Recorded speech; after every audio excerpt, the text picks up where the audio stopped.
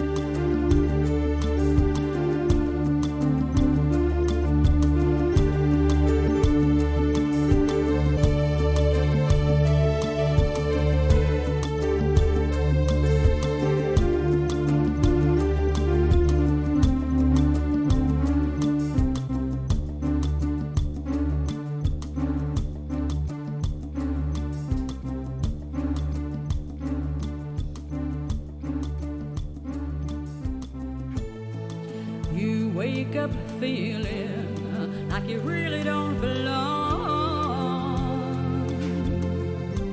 You can't explain it, that when you close your eyes you see familiarity. Are you dreaming? Or on the edge of remembering?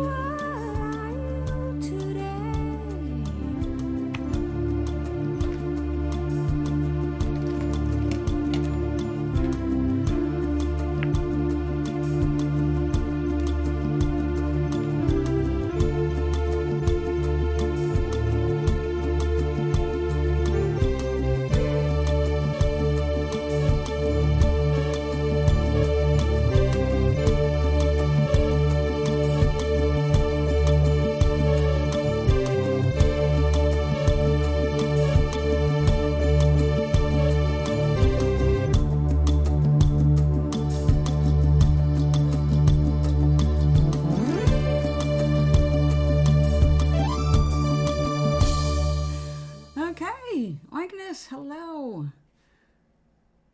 Welcome, darling. Oh, wait, come back, my show. Live chat.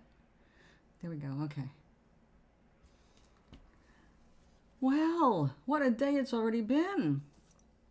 I went to the store, and the number 2 thing on my list, which I forgot somehow, was bananas, and I did not get them. But my friend in the building is going shopping on Sunday, and he's going to pick up some bananas for me.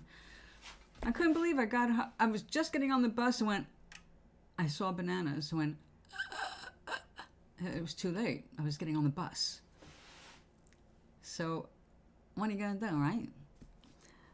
But I did succeed in getting all the meats that I needed to get me through a month because, you know, it's been in the news. I saw in the news myself about our loss of COVID benefit at the worst time. You know, as food prices are going up, we're losing money for food.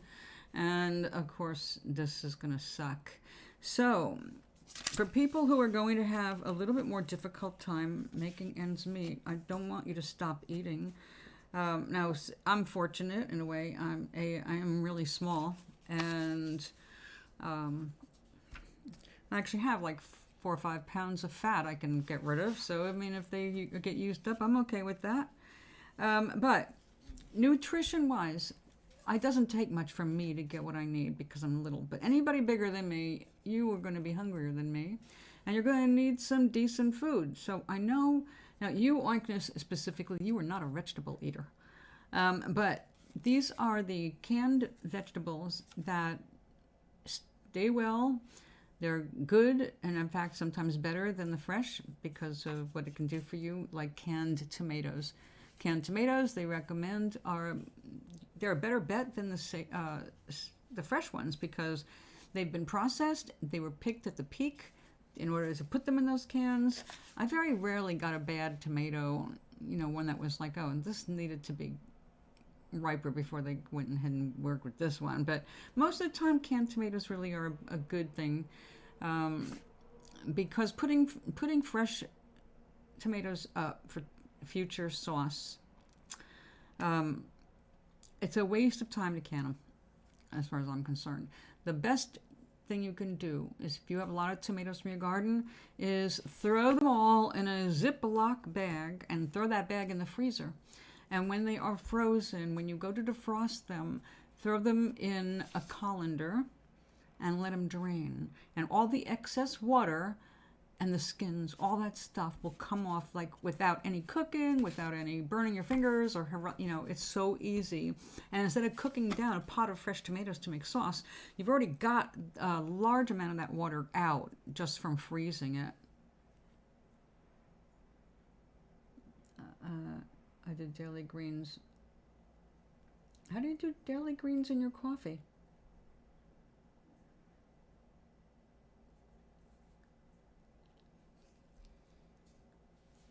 Is it a supplement? If you're getting something good from that and you feel good, that's all that matters.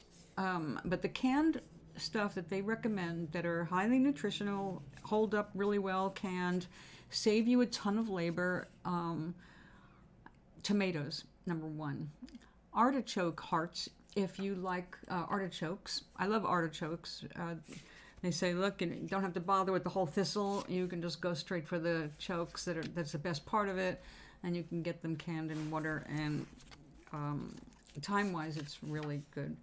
Chickpeas, number one food, boy. Chickpeas are a great addition. Cold in a salad are awesome. I used to do that a lot in the summer. Grind it up into hummus. I'm not into that at all. Don't like the texture at all. But I do like the curried chickpeas, and I discovered a recipe for cooking them in the air fryer and making them a little crispy, and you can put any kind of flavoring you want on them and just throw them in, like, I don't know how long it took. I think it took a little while because I didn't realize you wanted them super dry, like get them out of the can, wipe them off.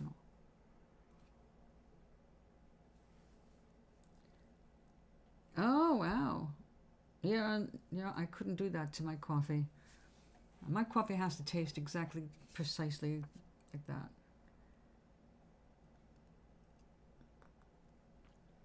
Oh, hello, Justin. So yeah, the artichoke hearts are really healthy. Well, it's not just that these are really healthy, they are powerhouses in their own way, but also it's like they preserve really well this way. Like some things, like carrots, on our troll IQ chart, cooked carrots are smarter than raw carrots because they develop their vitamin A through heating. So you're going to get much more vitamin A out of your carrot if it's cooked. But for canned stuff, and this is important for, to be able to put aside when storms are coming, or if they're saying there's going to be a shortage, or we're not going to be able to get stuff. I mean, shit happens, and we're seeing that right now. Shit is happening.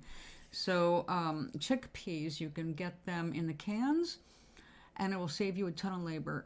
So I used to just buy the dry. I don't even cans now. I'm going to tell you about this in just a second. Pumpkin, I am not a big pumpkin person, but if I turn it into a pie, I guess I will eat it. even though it does mean adding like maple syrup or something to it. But I'm not a big pumpkin person, but pumpkin is one of those like super powerhouse foods. They said the more you can get to use the pumpkin, the better off you are. It's definitely different by knowing I'm getting met. Oh, that's important. If you're met, look, what do we say about the law of attraction? All about, when we're talking about us being vibrational beings, your belief is actually more important than what you're actually putting in your face. If you believe it's doing you good, it's doing you good. So this is why some people do things that logically are horrendous for their health, and yet they're just fine, or they live to be 100. And you go, how did they do that when we got everybody other example is dying of cancer? It's like, oh, but this person didn't think anything of it, thought it was like, fine, I'm doing good, everything's fine. And also, basic bottom line, they're happy. So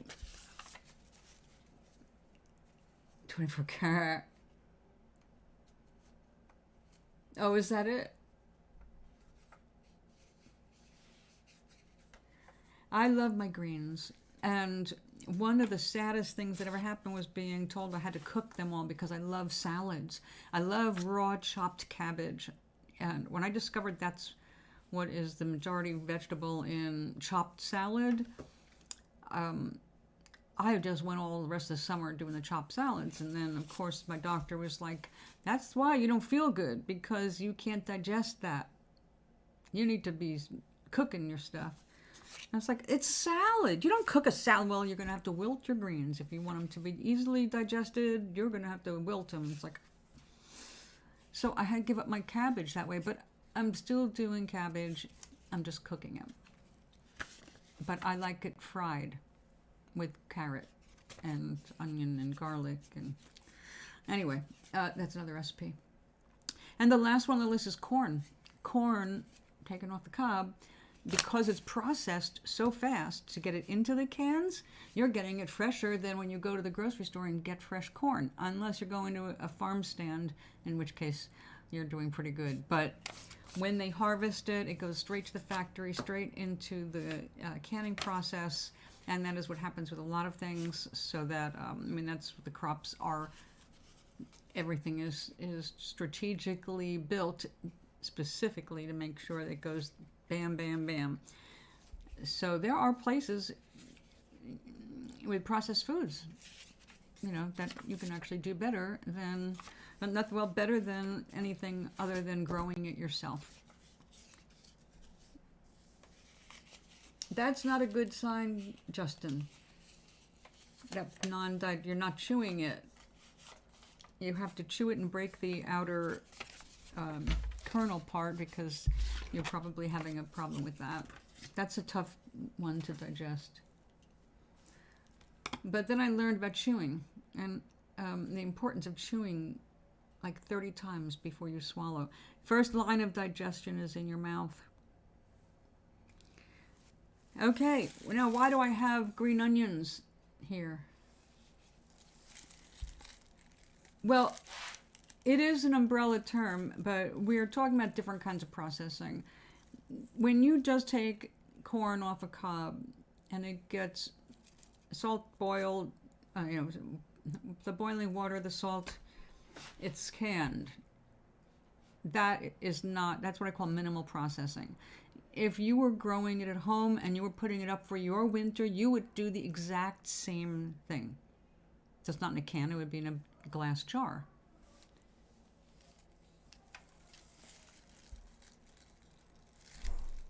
Even broccoli. Yeah, it sounds like you do have a problem.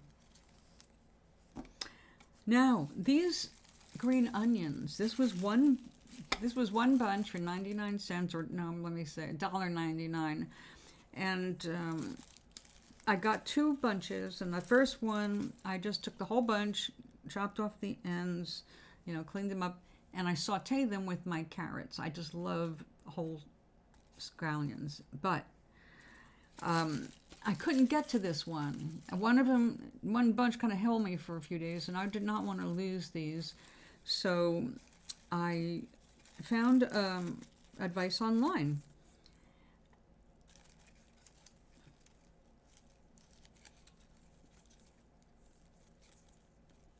Oh, did the doctor also tell you to chew your food?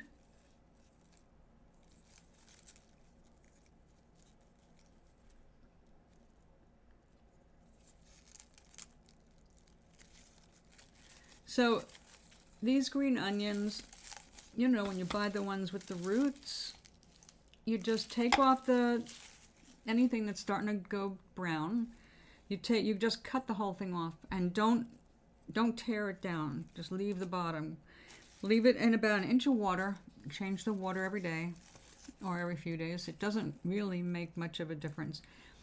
These ones that are bent over, it's time for them to get cut. The thing is that I have been harvesting these, like just chopping them off and leaving the root down there. As long as you leave one piece of it growing green, they'll just keep putting out more from nothing but the water and the white bulbs. So you can go weeks with one of these giving you some green onion flavor to your food without you having to keep buying it over and over again.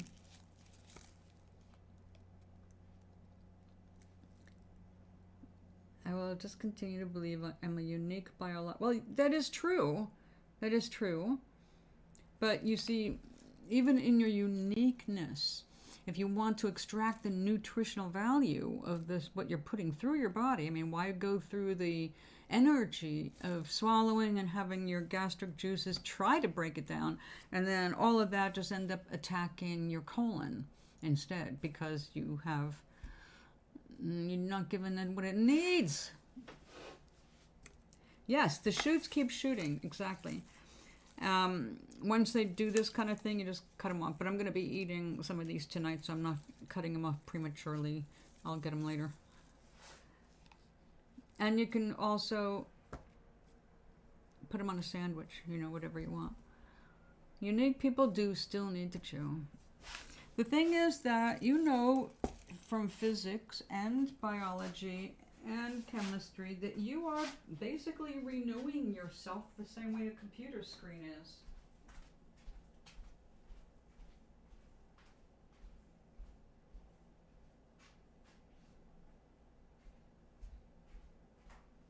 Oh, here we go.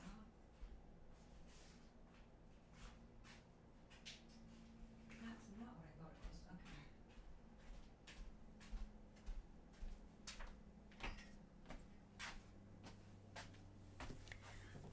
Now this is a sad tale. Masticate, honey, masticate. Exactly. I guess it did act like a colon brush. Took the whole lining that you normally shed, anyway, took that out, and just, you know, you do need to absorb some nutrients, though. It has to sit in your colon long enough to absorb it.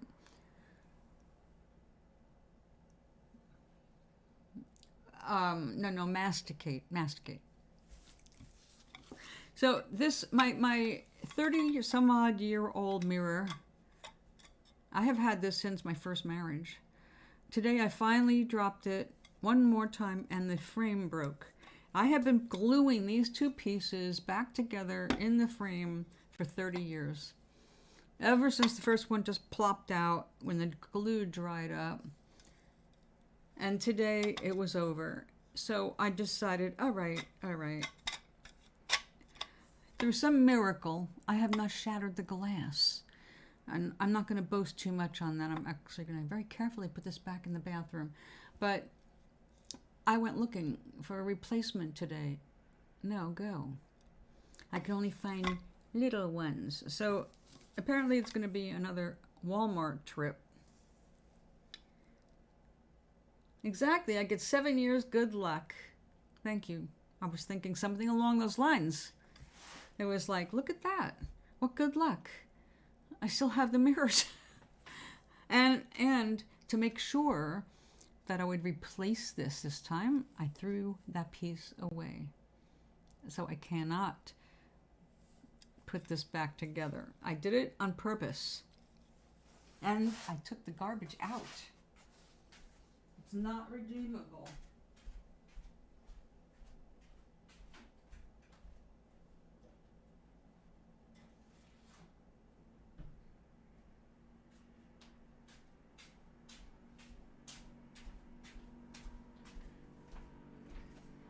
So, I got a television today. I got a Roku TV, and it is 29 inches wide.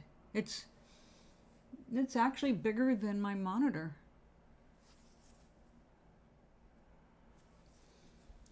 I don't know, Justin. I would say that what differs is that the coating on the back seems thicker than what I used to see on some mirrors. I do not know why, but like I said, it was old mirror. Is it? It says Hisense, and then Roku, I think. I can't actually read it from where I am. Roku TV. They do work. It is. It's damn good. It's so big. It's on my kitchen table because I don't have room in my bedroom. I have now got to get something I can mount to the wall, and I will not be doing that. I'm gonna have to see if I can hire one of the handymen here to install it in my bedroom, because my altar, and it's not big enough to sacrifice anything on, but my altar is just my place it's my own church, you know what I mean? It's got my candles, my stones, it's arranged, it's beautiful, it's organized, it's my place of peace. So in lieu of having a peaceful lake or pond I can sit next to, I've got that. So I was looking at it this morning when I got the TV going. No, I'm not giving up my peace for television. So it's not plugged in. It looks like I'm also going to need an extension cord. It has a DVD player, and I mean, I haven't turned it on to make sure it's working before I buy anything else. I will do that. But like, wow, I'm going modern. It's a flat screen TV. Well, what do they consider a flat screen? I mean, it's like really thin, but not like my monitor. This has more of a bump in the back, but it still weighs nothing. I brought my laundry basket down to, wheel it up here because it's the wheelie thing. And the woman who brought it over on the bus said, "Oh, I could carry it." And I said, "Well, I've got this. It's all right. We won't have to be clumsy about it." So I wheeled the sucker upstairs. It doesn't weigh much at all. I was able to handle it and move it around.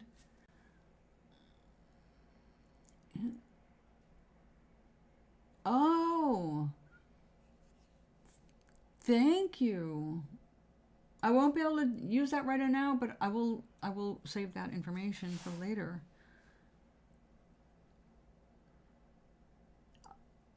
Thank you. No problem. Oh, cool. Thank you. I know they do have some stuff. They just put out something that I wanted to see. And it was like, what? You're on Hulu? What? No. That's one I can't get. What was it?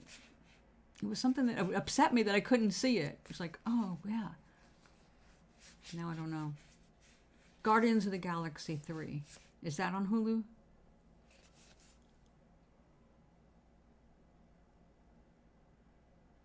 I mean, I loved the first two Guardians movies.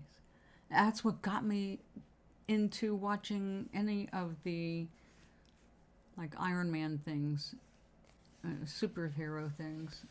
Like, I mean, they were fun when I came across the occasional comic book as a kid. Oh, well, to be honest, I don't have that much time, but yeah, when I want to watch something, it's like, I'm so glad I have access to it.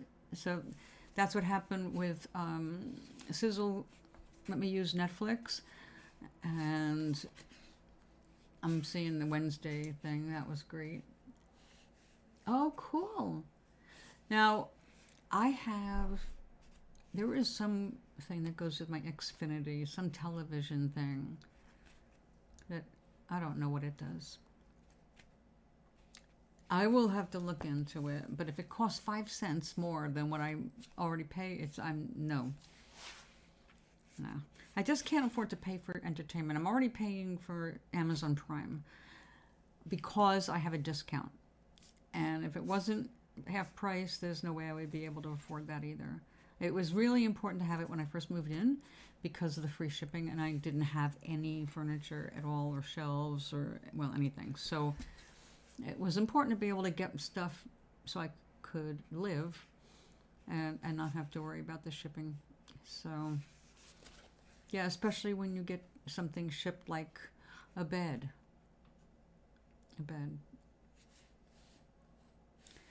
So I've got 2 costumes here going on at once. Excuse me. I was trying to think of something that I could use this for. And this might answer to the dilemma of how to make a little drag queen out of Toblerina.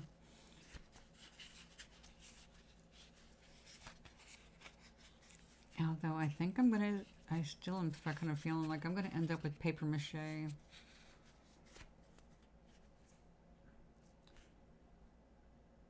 Paper mache is the only thing I can think of besides clay that I can manipulate like fabric. Doesn't it?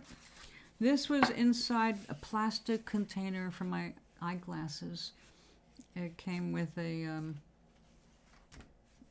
one of these things. So the glasses sit there and that's, or like that. Anyway, I decided I've got enough plastic things, but when I saw that and I thought, oh, this is actually a kind of a strong foam. It made me think of the paper clay. It's like, I might be able to use this instead of paper clay. But yes, it does have that mini pad look.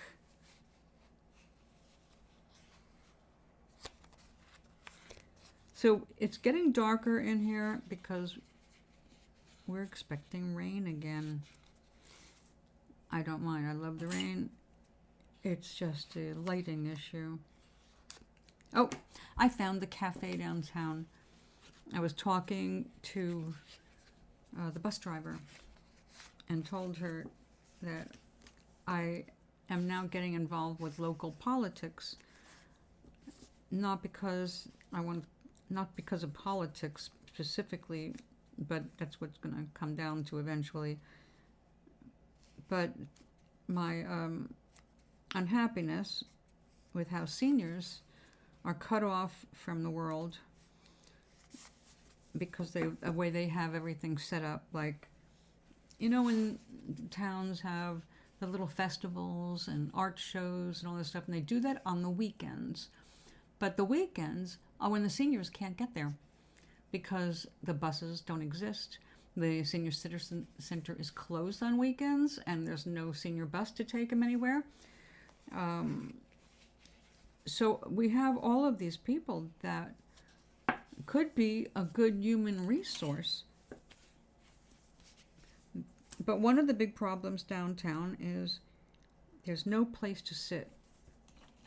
There is literally no place to sit. When you're waiting for a bus, you are standing. If you want to go downtown and go shopping, you can only shop for as long as you can stand up. There isn't a bench anywhere. So I proposed a project of putting in a half a dozen benches around the square that they think is so beautiful and has nobody there. That you can't keep businesses alive if people can't thrive in the community, if they can't get there. And then, like, you know, even going to the library does a holiday fair every year. And I've been. You know, it's a bus ride, but it's a short bus ride. It's not a big deal. But what is a big deal is before the fair is over, before I'm really ready to go home, my body is ready to go home. I can't stand anymore. I can't I can't be like that. I mean, I just can't, my body won't do it. So I find myself having to leave and then go wait for the bus, which means standing some more. So I don't even leave or notice. You know, you go to something, you have a good time, and you just try to ignore your body because you know that's nothing's bad. Nothing bad is happening. It's just, pain. And there's not a whole lot you can do about that under certain circumstances. And being out in public is one of those circumstances. You're going to take your pills, you can put your stuff on it, and then you just ignore it. You try to ignore it. But when it gets your attention, by the time it gets my attention, it's already a problem. And then I've got to go and stand waiting for the bus. Or what I do, I don't just stand. I just pace back and forth to keep my hips moving. But it's not, it's a drag. It's a drag. All these things I missed last year, I would really wanted to get out and just be in the community a little bit, be around humans, because things were happening and there was no transportation. And one of our residents just got out of the hospital and got sent to a nursing home to recover from getting hit by a car out front because he walks. And we don't have sidewalks on half of the roads.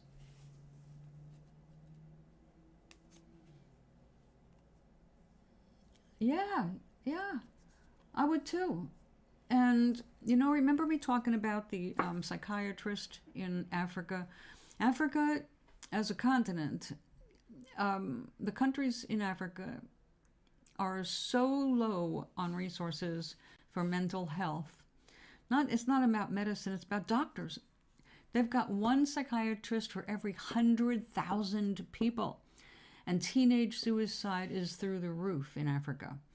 So this one shrink figured out that he could train grandmothers who were willing to do this to just sit on a bench, and they were called listening benches. They'd wear an apron with the logo on it so people know it's a grandma that's there, like an Olga, all right? But they're trained to be listeners, and they have found the suicide rate dropping because of all these old people having nothing to do but be grandparents to a wider number of children, young people who will come over and sit on the bench next to them and just talk. And knowing that they have that old lady sitting on the bench that they can talk to is keeping kids alive. Because the older one is saying, look, we've been through this. We will get through this. We went through hard times. We will get through these hard times. You're not alone, etc., etc. I mean, you have to help them stay here. Exactly, Justin. So I thought about that. I feel that that's what the Olga thing started as. It's like, okay, well, I am not a psychiatrist, so I can't train people. I don't have a degree. I'm certified, but that's just a certification that lots of people can get. So I don't think that's adequate education to train the grandmothers specifically to be good listeners.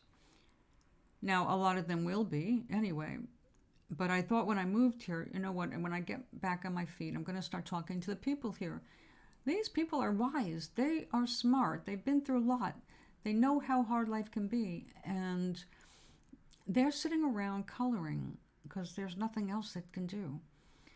But they can talk. They can listen. So I was thinking originally, what if I could arrange a group here where these young people could come here, but they won't allow anything like that unless I arranged like a day where we're having special people come to the community room, because we have a secure building. You cannot just have young people who are not living here walking in and out under any circumstances. So it would have to be something more in the way that they're doing it in Africa, where you actually sit on a park bench under a tree and just be there and be at peace and listen when these kids come over.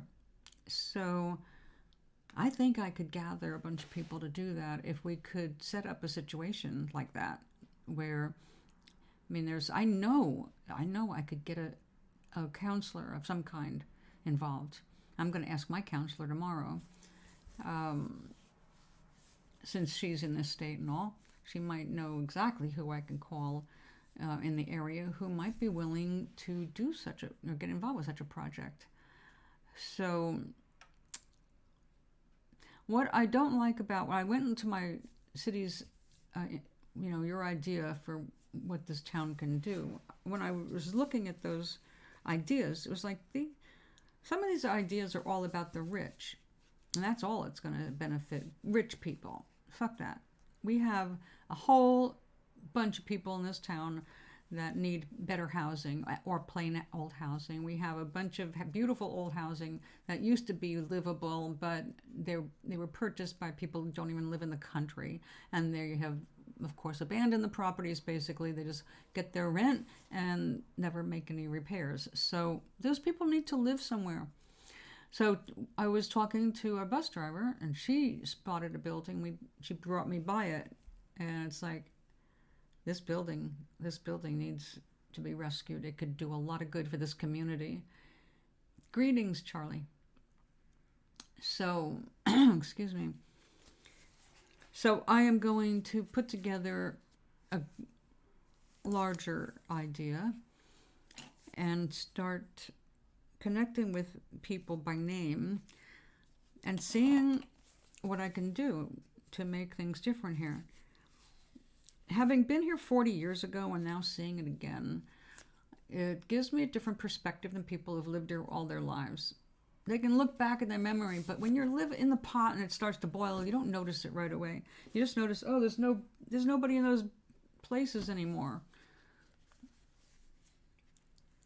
I'm gonna go get my dinner. Okay. You do that. I had my lunch. I cut this out to be a template. We have just a little bit of overlap. That means I can... All right, what if we do this? Piece of tape. Anyway, I had no plans of really getting involved with this town because I really wasn't sure why I was even here. What am I doing back here? Do I want to be here? I was thinking, well, I like it here up to a point, and then I will get my shit together and move to another part of the state, a little more north. And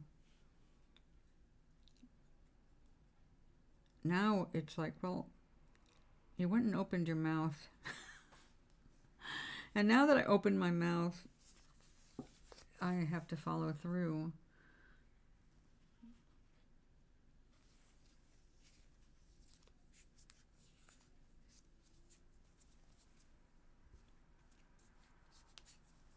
Okay, well, we kind of get the idea. But if I use paper mache, tissue paper, I can build this over and make it go higher up. But that is all the length we can get. Yeah. That's it. We have 1 inch total.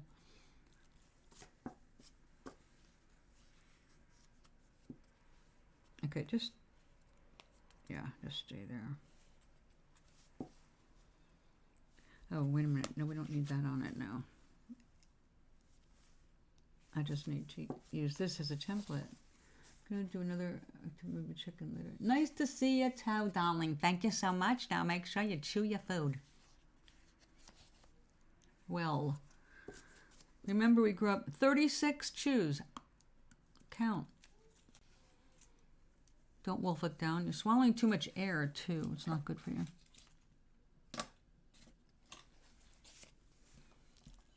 Okay.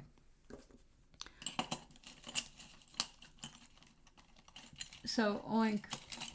I discovered today, I realized today, you know how they describe bipolar people how they describe bipolar, where you have the two extremes. You have, explosive, angry, that kind of thing. Well, Glenn. And then you have the euphoric, go out without thinking and spend a couple $1,000s on dolls, do weird shit like that and get high on that. So it's like these, and I had clients like that, but today I realized that, well, I'm not bipolar. I do not have these rages and angers and all that stuff, thank goodness. But today, when I put all my food in the refrigerator and the freezer, I got high.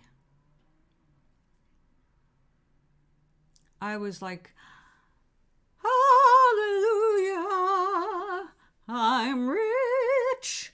I felt so good. And I haven't even put it all away yet. All the meat has to be broken down and put in the freezer. But I have chicken, I have fish, I have lamb, I have pork. And I feel like a millionaire. And I realized, oh my God, I'm a hoarder of food. I mean, I thought I was, but now I'm sure I got high on that. I definitely got off on getting food for the house. I could have kept shopping if I had the money. But, yeah. I get food. I feel like I am, if I were a rich man, oh, I am. I feel so secure. And of course, it's all false. We know that actually next month we're going to have less money than we've had in the last year, which is going to suck, which is why, Toblerina. Toblerina. Keep her boobies on. All right, I am going to get the paper. Oh, I got this today, too. A new palette for $1. I like this one because there's going to be a point here where I'm actually going to want to hold it. Like, I do hold my palettes, but I'm usually holding something like this.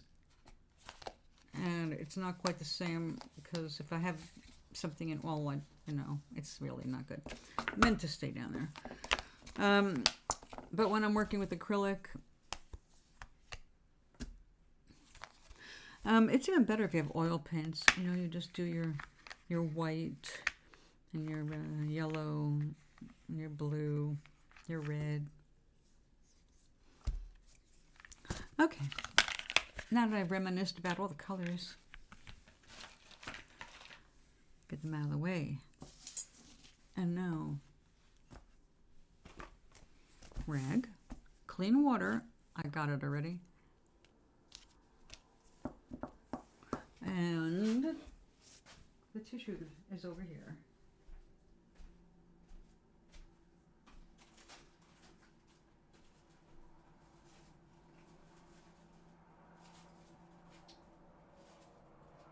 Ooh. Oh, yeah, I guess so.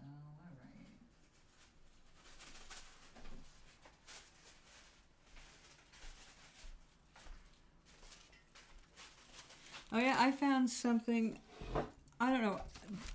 Are you big on lox? I know you like seafood, at least some of it.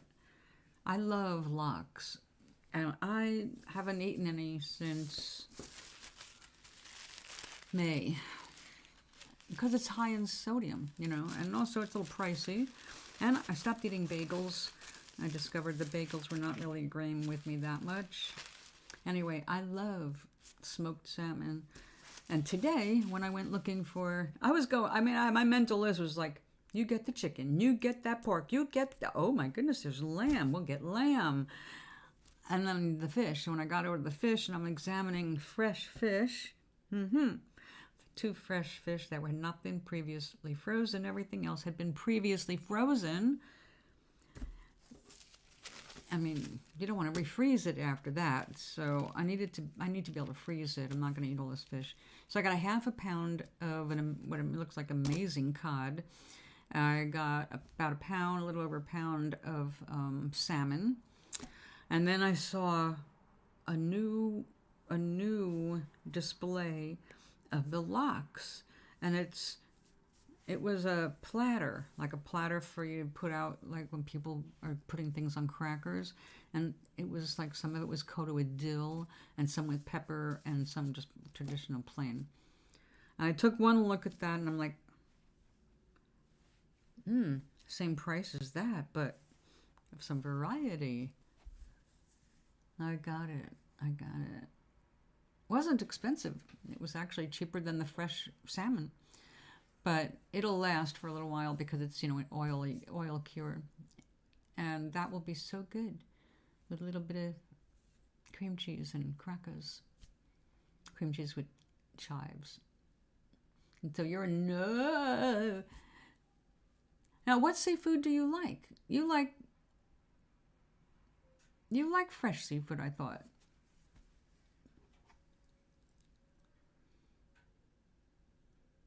I guess I would have a hard time cooking for you, girl.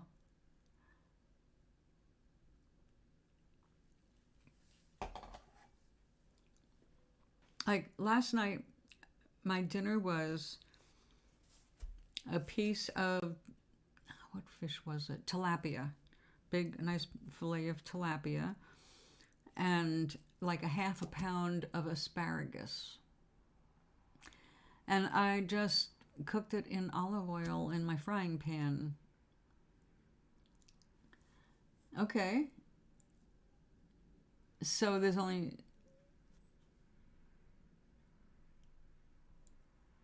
Hi, Sally. Yes, I know it's like I really am so basic, but just, I've been so excited today. Having that makes me feel so much better. And then I said, I got this. Also, I wasn't even supposed to go grocery shopping today. There should have been no need for me to go grocery shopping because I got 2 deliveries from 2 different stores, and they came to me with no meat. No meat. And I ordered two things of bananas, and I got 1. So I really just needed to get the meats and the bananas. I got the meats and no bananas. I looked down as I'm getting on the bus after the shopping trip, and I realized, bananas! And it's too late. So I have, thank goodness, someone in the building is going to get me some bananas on Sunday. You only eat fresh. I can't eat fish I cook.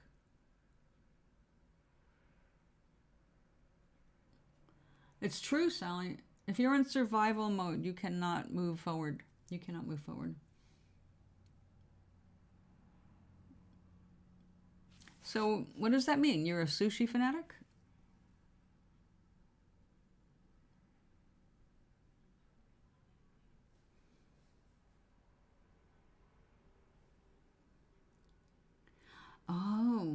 Oh, razor clams are good. What do you steam them, right? Crab. I've only had crab a couple, 3 times. Lobster. I very, very rarely. I haven't had a whole lobster like that. I have not had a lobster in, before I left here. So 40 years ago was the last time I had a fresh lobster. I have had since then a couple of lobster rolls, primarily because Glenn had never had lobster in his life.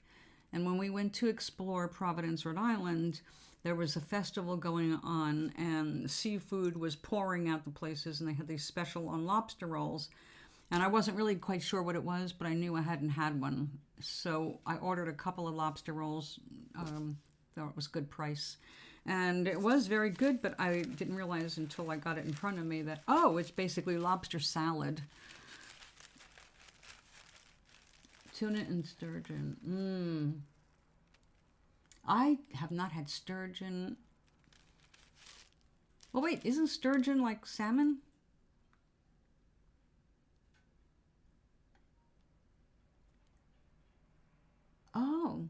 Oh, that's interesting. I was looking for shrimp today and I couldn't get any. I mean, they had other shrimp. What I was looking for was my accidental discovery, and everybody's out now, of butterfly breaded shrimp. because I can knock those into the fryer later, the air fryer, and in 6 minutes I have my food. Isn't that amazing? Well, I can understand why. It's not kosher because they're bottom feeders. That's why shellfish is not kosher. They eat the muck and stuff, and that's considered disgusting. So I'm sure the thing is, they are living creatures. They have feelings, enough so that it's now illegal to just drop them live into boiling water.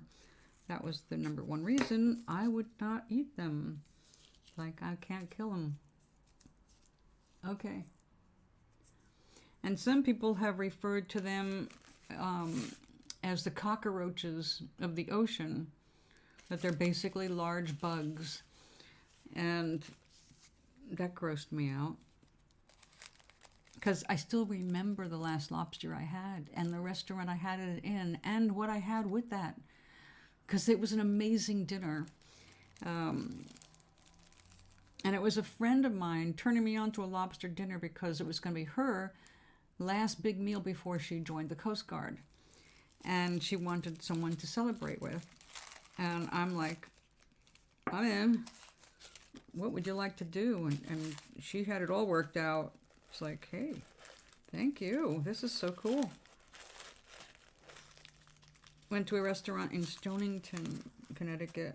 I never would have been able to afford it on my own, but later did.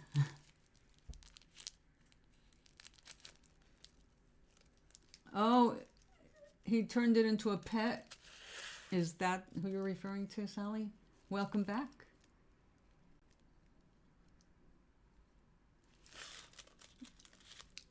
Lobsters are intelligent. They do amazing things, and it's hard for me to eat anything once I've observed it, which is why grocery shopping was for a long time difficult. I was down on the farm, and my neighbor had chickens, and my neighbor had cows, and they rented a goat that we'd help take care of. Yeah, see, that would be me, Sally. And I don't want an aquarium. Yeah, I'm a hopeless mush when it comes to that, and I'm not a vegetarian, obviously, by what I bought today. Because of, I would say, understandings about what I need to do for my body. Leon the lobster. I'll have to check it out. Of course, that'll make it so that I can't eat a lobster again. I was planning on eventually eating a lobster. But it's same thing with, like, I do not like inflicting any pain on anything or anyone. I spare bugs. I bring things outside wherever I can. Last year when I had to let a couple of wasps die in here, it broke my heart. It's like I couldn't get them out without risking getting myself injured. Being on the sixth floor without just a regular normal open window that you can let things fly out is kind of a disadvantage.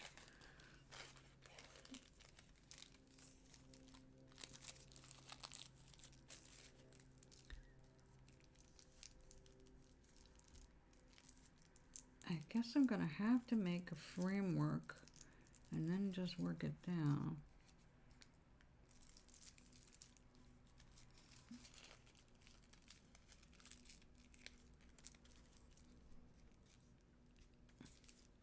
All right, if I make this out of paper mache and then cut it down the back, I should be able to open it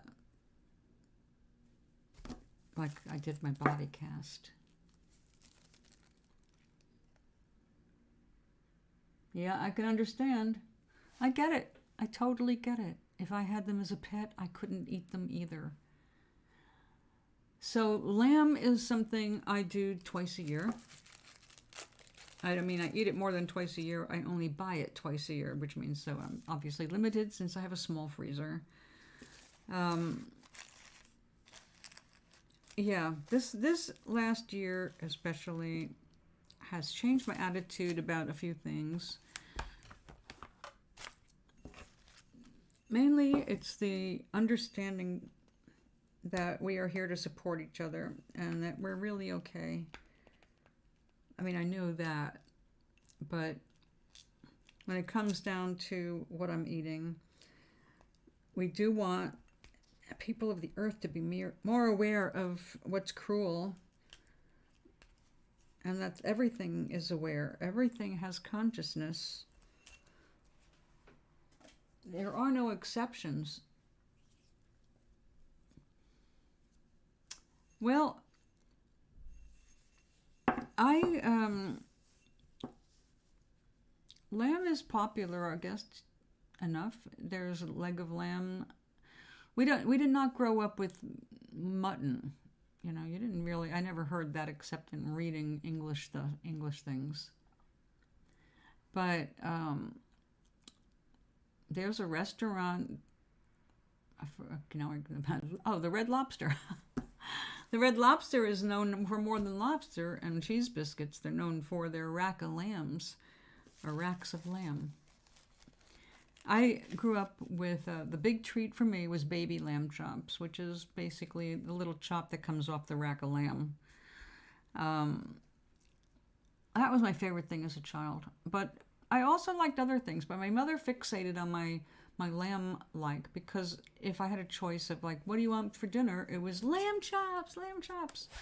And if it wasn't that, it was flank steak, or pepper steak. And my mother made macaroni. So later on in life, when my mother was trying to, I guess, impress me, she would say, I got you lamb chops. Thanks, Mom.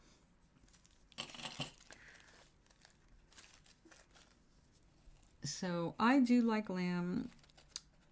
I do not do much of it. It's very fatty. I like the shoulder, and I was thrilled to find any of it today because it's going to be the last time for a little while that I can do this kind of shopping. So I was very happy.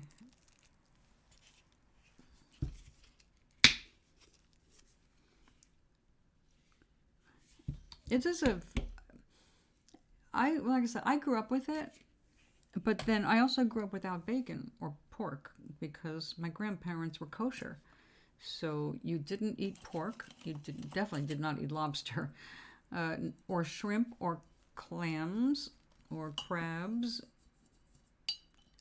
Nothing with a shell on it. Nothing with a hoof on it. Nothing with a cloven hoof, I should say.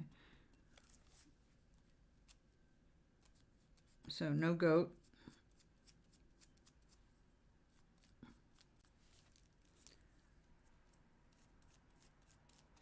We couldn't have catfish either, no bottom feeders. So even though catfish is not a crustacean, not kosher. So we did lamb, beef, chicken, and fish.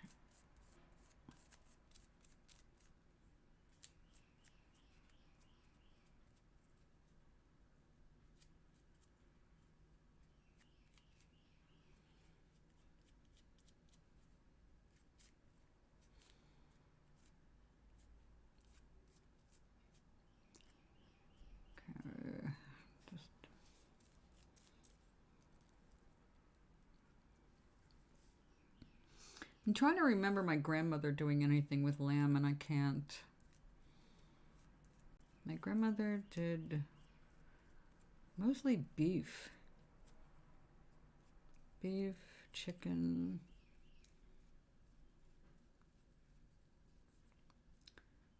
My grandmother was a terrible cook, as was my mother, her daughter. They only made a few things that were good.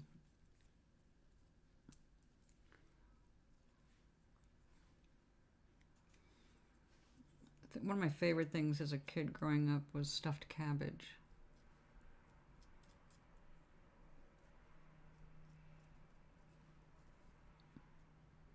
What was your favorite, Sally? Do you do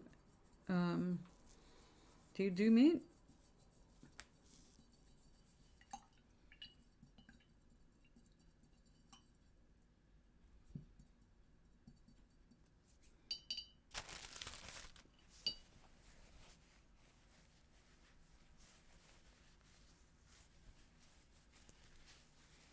I did get something today to give away. I mean, I can't give it to you, but I can pretend. Yeah, I was wandering around. Instead of being down by the bananas, I ended up by the candy. And I was standing there. I had to actually go on my phone and say, when is Easter? So they had a two-for kind of a deal. And I went, all right, all right. They had 4 different things. And these are crisp chocolate covered crispy eggs with creamy fillings. One has a creamy caramel filling, one has a creamy cocoa filling. So I figured I'd throw them all in a little nest. And now I can't find anything to call a nest. But this is what they look like. They're Ferrera things, so it's got the same kind of a crunchy thing as the other things they do with the hazelnut. And that was the other option, stuff with hazelnut filling. Now, if I had realized that this was milk chocolate, I would not have gotten it. So I guess we're going to be giving these away. And we'll keep these right here.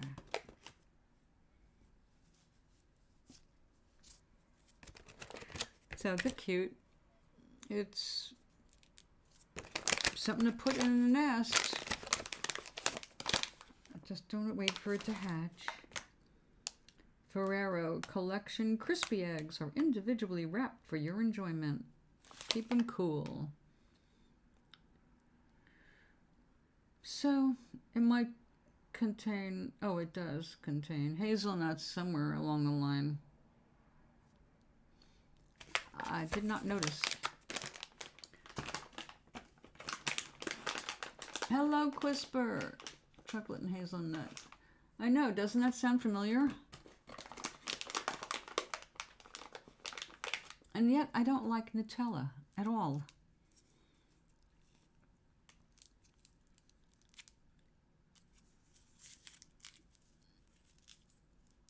So, Quisper, we were just talking food again. Oh, is that it? Ah. Now here is their Easter treat. And it's an unmarked egg. Can we trust it? There's no logo printed on it. Isn't that nice for a change? All right, I have a feeling that this is going to melt in my little hand. All right, I will bite this and show you what we got.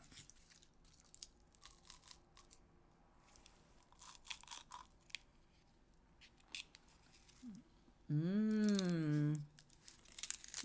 All right, chocolate shell, crispy wafer right under it, and then like a chocolate ganache in there. Mmm. This one's good. I don't smell anything nutty, but definitely chocolate.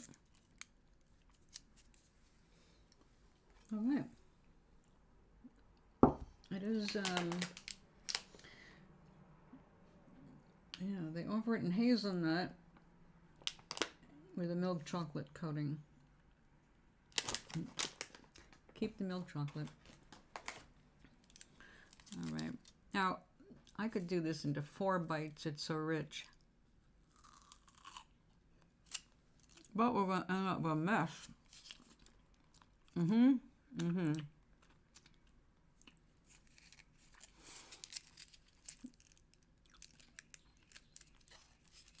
Wow.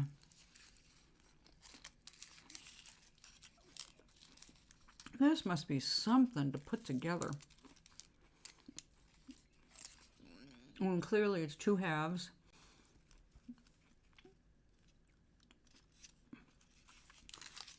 And the chocolate filling is on 1/2. So you can see it's not like pumped in. It's done like a traditional bonbon. Excellent. I like. I'll do that again next year. That was a year ago? Yeah, a little over a year ago.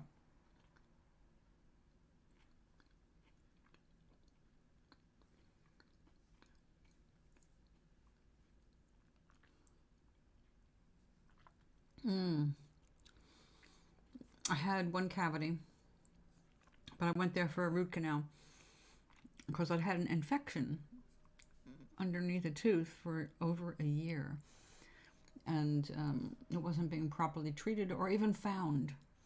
I kept telling them, I have an infection, I have an infection, I'm swollen. We can't find it on the x-ray, we can't find an x-ray. They took more x-rays, couldn't find any x-ray. No infection, we don't know what's wrong. So I'm starting to get sores in my mouth from the infection. And I moved from Pennsylvania and came up here and saw a periodontist. I said, if anybody is going to be able to identify what's going on, it's going to be someone who knows gums. He took an x-ray and immediately saw it. I said, right there, that little thing there, that's an infection. That's why you're having a problem. So sent me to the right doctor, and right doctor took care of it. But it had been going on for so long, it dissolved some of the bone. So we're just waiting for the bone to fill in. I am great, Quisper. How are you? I just indulged in a chocolate. Manna from heaven. And I'm working on a drag queen costume now. And this is going to take some time. I have to do it in layers. So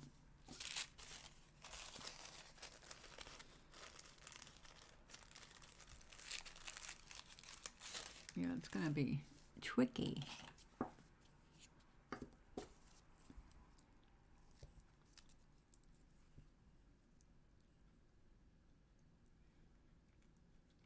Oh, yeah. Well, I mean, I'd been going. I saw 2 different dentists and had 2 series of x-rays. Even got my teeth cleaned. When was the last time you got your teeth cleaned? I said, I don't know. It's been a long time. Really? They look pretty good. So I keep them really clean.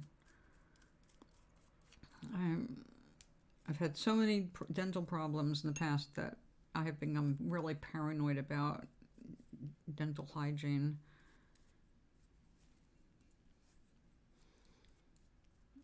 I have 3 toothbrushes. 2 regular and 1 electric. And they're always there. So, right?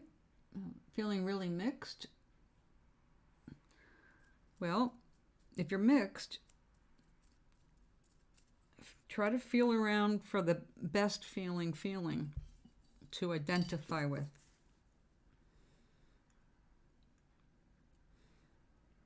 If you're mixed, what's going on in your life right now?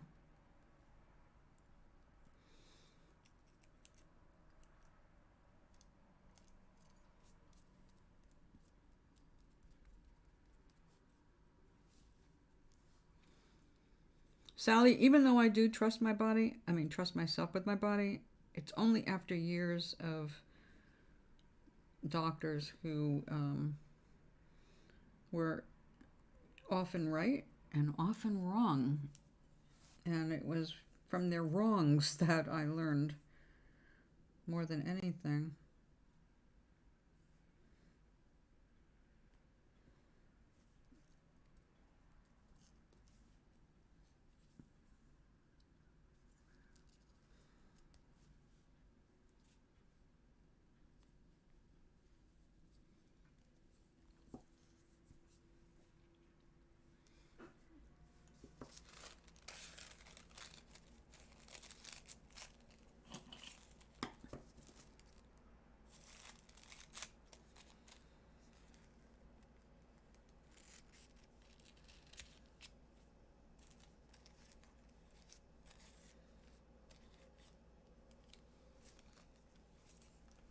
I like your image there, Quisper. It's different. It looks very cosmic, but I can't tell what it actually is. Exams and some... Ah, yeah. Oh, honey, they are in your head, definitely, but they will get into the faded position eventually, but you don't forget what you've experienced because the brain is made to remember. It doesn't mean it's right in remembering it. It usually remembers incorrectly, embellished, and changed. Nevertheless, the brain is made to be your data bank. So you will get a lot of misdirection, but that stuff will be in there. Are you meditating?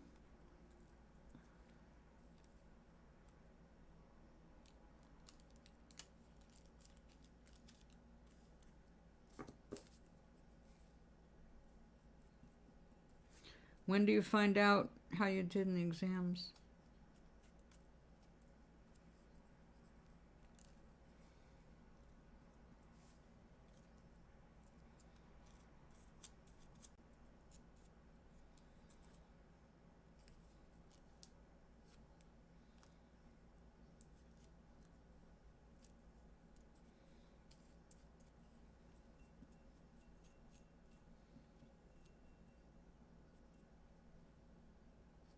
You don't find out how you did in the exams?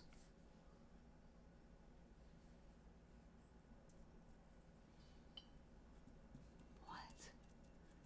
Oh.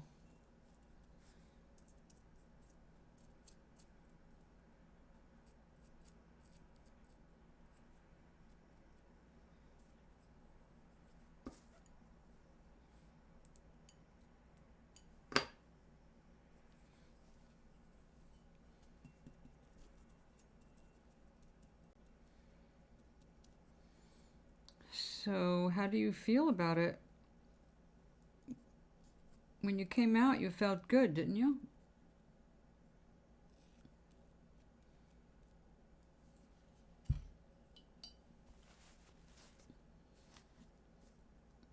Yep. How is dinner, Charlie?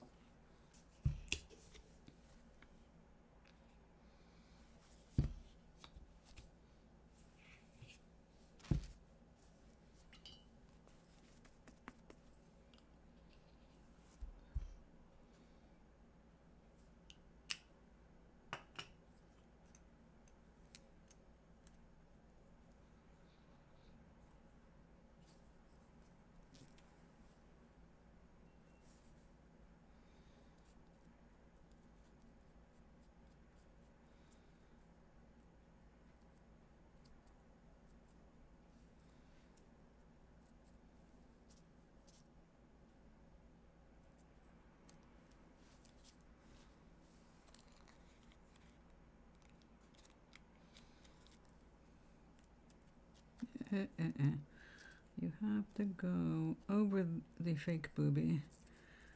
There we go.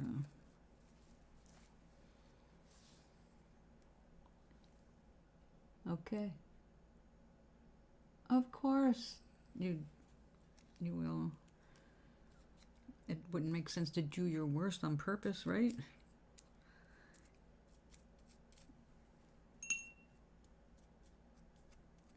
So what are you doing to keep yourself busy?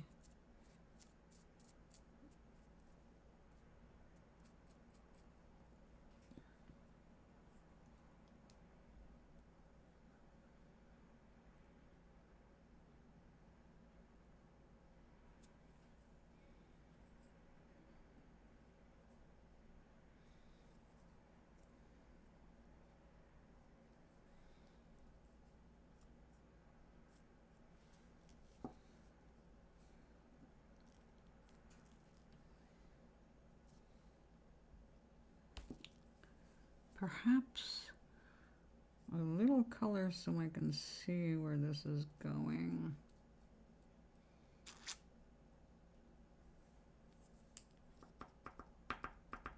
I don't have any color there.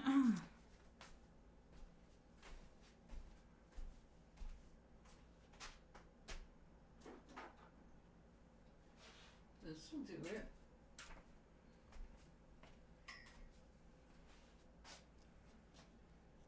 Just a little bit of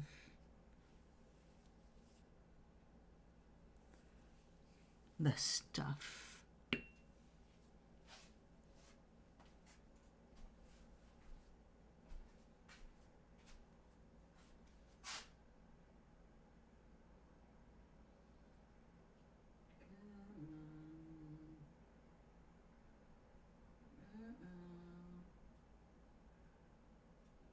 Closing these is not as easy as it looks.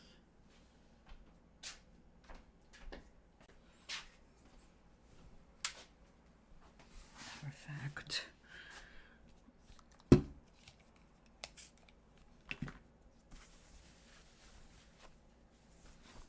better. All right, now this is gonna give me some color.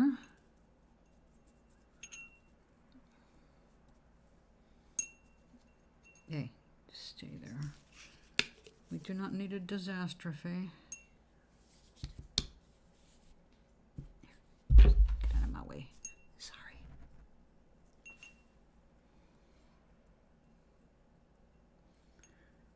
You draw too much? How do you figure you draw too much? Don't you want to be an artist?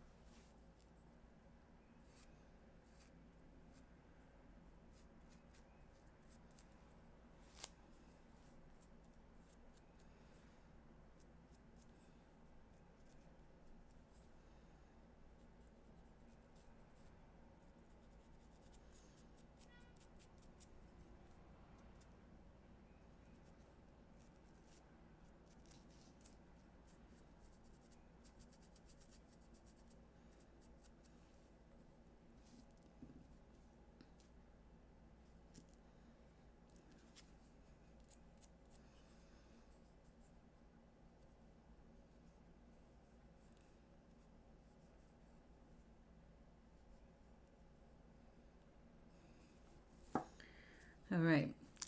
If I was smart, I will just let that dry for a couple of hours before I do anything else on it. I need to cut it down the back, trim it to the right size, which is significantly smaller than what you see here.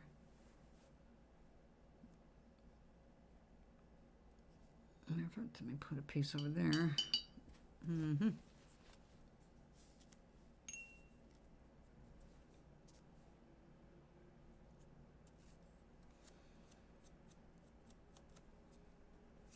That is one nice aspect of working with paper.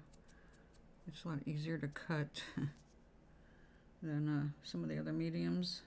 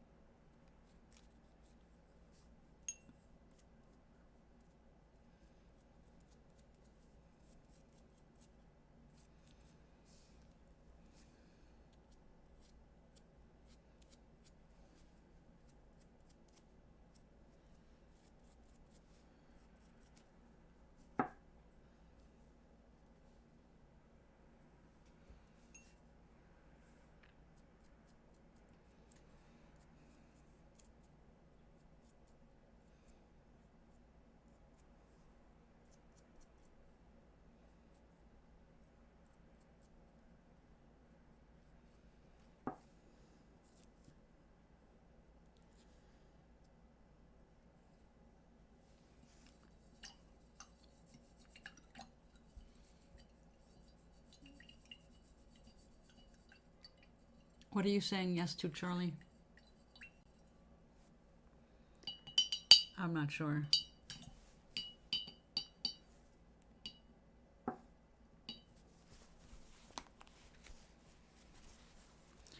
Now I will have to color match the fake boobies here when it's time. Match it to my toe. You don't know? Okay. You are. At times, yes.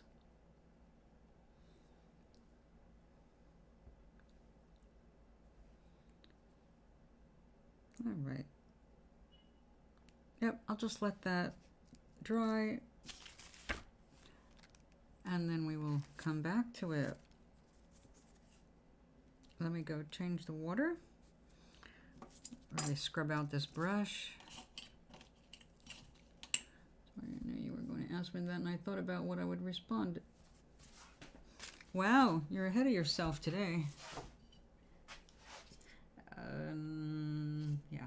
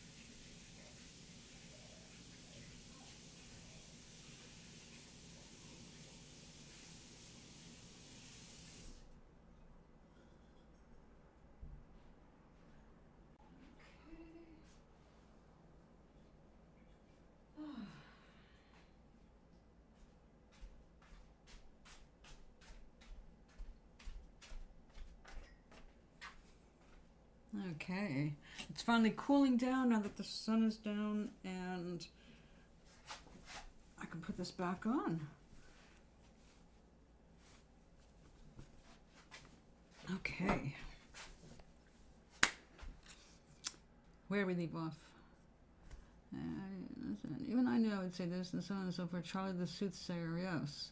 Oh, by the way, the Portuguese courts are not using AI at this point, and the chat, whatever it is called, is not aware of it, raising ethical questions, etc., including the one I had, was like, well, it can make decisions based on precedent, but can it set its own precedents based on what it's learned? So it can't. So it basically objected to it being used for good reasons, basically ethical, and that the objections that would undoubtedly come from all of the people that normally do those jobs, the judges and juries and all of that. But it also admitted the same thing we knew, that yes, there are certain things it could probably handle really easily without having to take the time of a judge, like traffic court. But I thought it was interesting. I had asked it for my project, and it gave me some good resources. So unfortunately, it can't draw the map that I wanted, but there are some maps that I can draw from. So that works.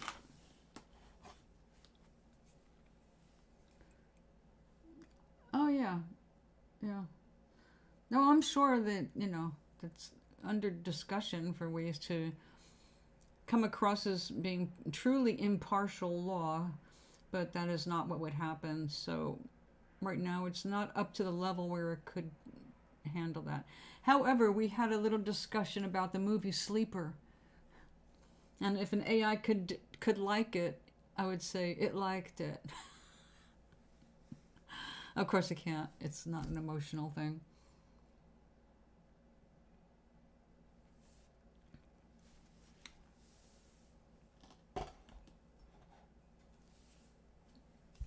It drew the same parallels that I had, so I thought it was funny.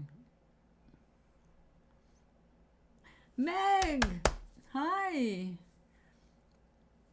So, the post office receipt said you're supposed to get your package today, which is what I was hoping, because I wanted you to have it like a good luck charm before you go to your interview. But I don't know if it, the post office, I don't know if it actually got to you today. But tomorrow at the latest.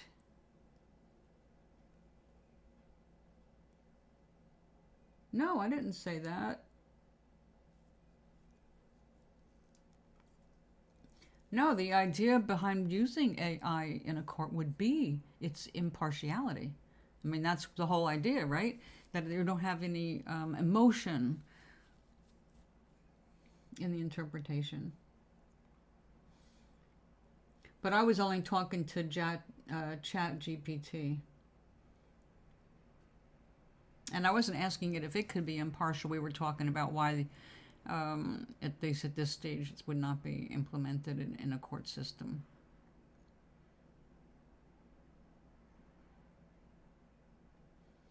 But ChatGPT specifically is a chat bot. It's not. It doesn't have access to all of the databases that one might want if you were doing research. No, I didn't say it couldn't be achieved. No, impartiality is exactly what I would expect from anything robotic or computer, pure logic. How could it not be anything but impartial, right?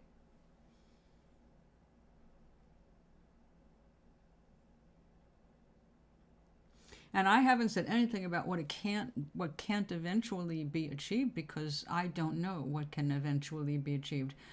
Right now, we've got very wealthy people with their biggest concern is transferring their brains into a robotic body that will live indefinitely so that they can keep their money. Okay, that is the bottom line. They want to keep their power, they want to keep their money, and they want to live forever to do that. So people like Elon Musk are just about like keeping themselves alive forever, or as close to forever as they can get.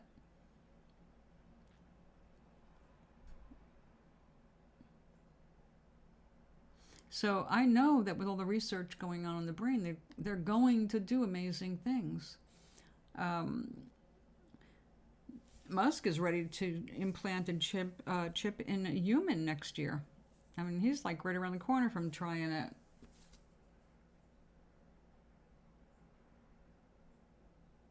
I'm not. I'm saying the chat, they would not be using chat, the chat that we were using online. That is not what they would be using in a court of law. It would be an entirely different AI system, because this chat bot is for verbal stuff. I mean, it's not for doing things like that. It's here, all right.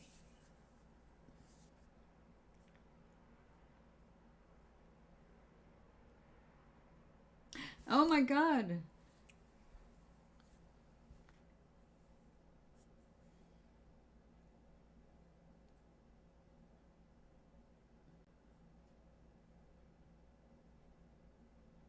They most certainly would not what? Oh yeah, the right. You have to have the right bot, that's all.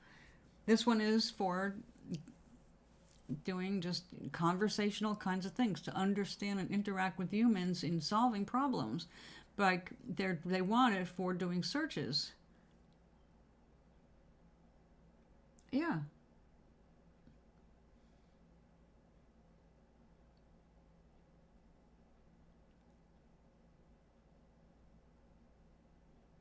Obviously, we're going to keep advancing. We're going to keep improving and improving until it, you know, basically has the ability to completely wipe out humans.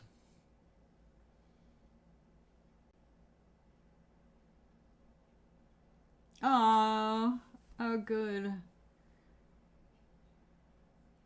Oh, you know, presentation.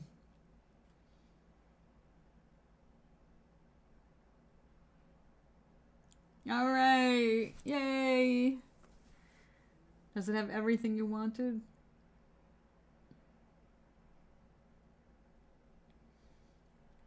I think so, Charlie.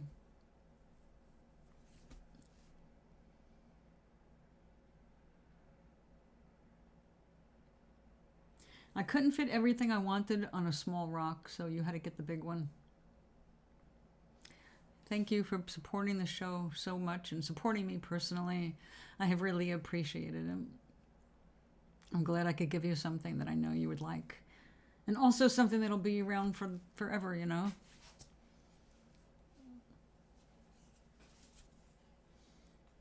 And it is signed, but I sign it and then I cover it with felt to protect the surfaces you put it on. Oh yeah, that's true, Charlie.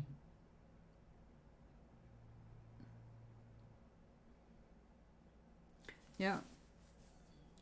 I sent it after a chore and it gave me some excellent information in return.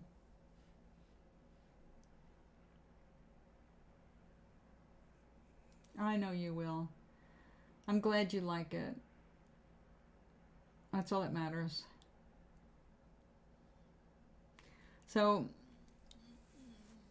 I'll be giving away, and you know, I just wanted, when I made all these things,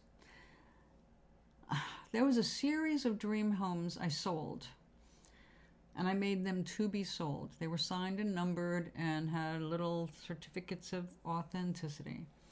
But when I made these, it was just to give away. It was just purely for the fun of doing it and sharing it. So, yeah, Charlie, that's pretty much the sum of it. And the chat bot felt the same way. That people who lose jobs because of it are going to not like it so much.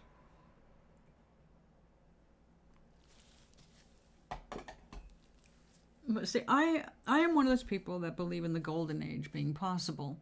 But the only way a golden age can ever be possible is if we do some more equalizing in the money world.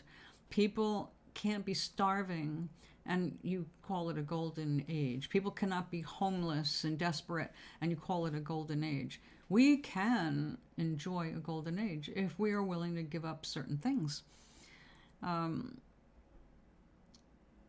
We hold on to a lot of ideas that are really rather obsolete for our species, but we are we don't like change. Humans do not like to change. So, You know, we've got a whole bunch of 30% of our country is like they've dug their heels into the soil and said, we're not changing. We want to go back to the 1930s.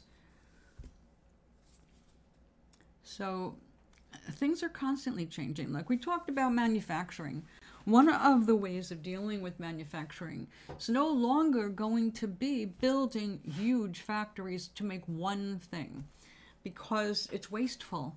And as we look at the way our desires come and go and the way things become outmoded so quickly, it does not make sense to build an entire factory that would then have to be completely retooled to make one other thing. So we're looking at some factories being completely redesigned with 3D printers. So things can literally be made on demand. And with a 3D printer, you can print, as long as you've got the right material to run through it, you can print all kinds of things. So if you need a plethora of one item, one factory can knock it out, but when it's done with that run, it can move on to creating something else without having to build a whole factory over again. So absolutely agree. Education is an absolute. There's no sense in having all of these wonderful things handed down by our ancestors in literature if you don't know how to read. So yeah, we do need education. But we're changing the way we're doing everything, and it's going to benefit us. It's going to eventually benefit all of us. But the first place you're going to see the hurting is in unskilled labor. You're going to see some of that going big, like yard work, things that you can do locally, small time, put your tools in the back of your truck and go do the job. Some of that will still be plenty around. People will still need handymen, people who are jacks of all trades. They will actually have lots more work.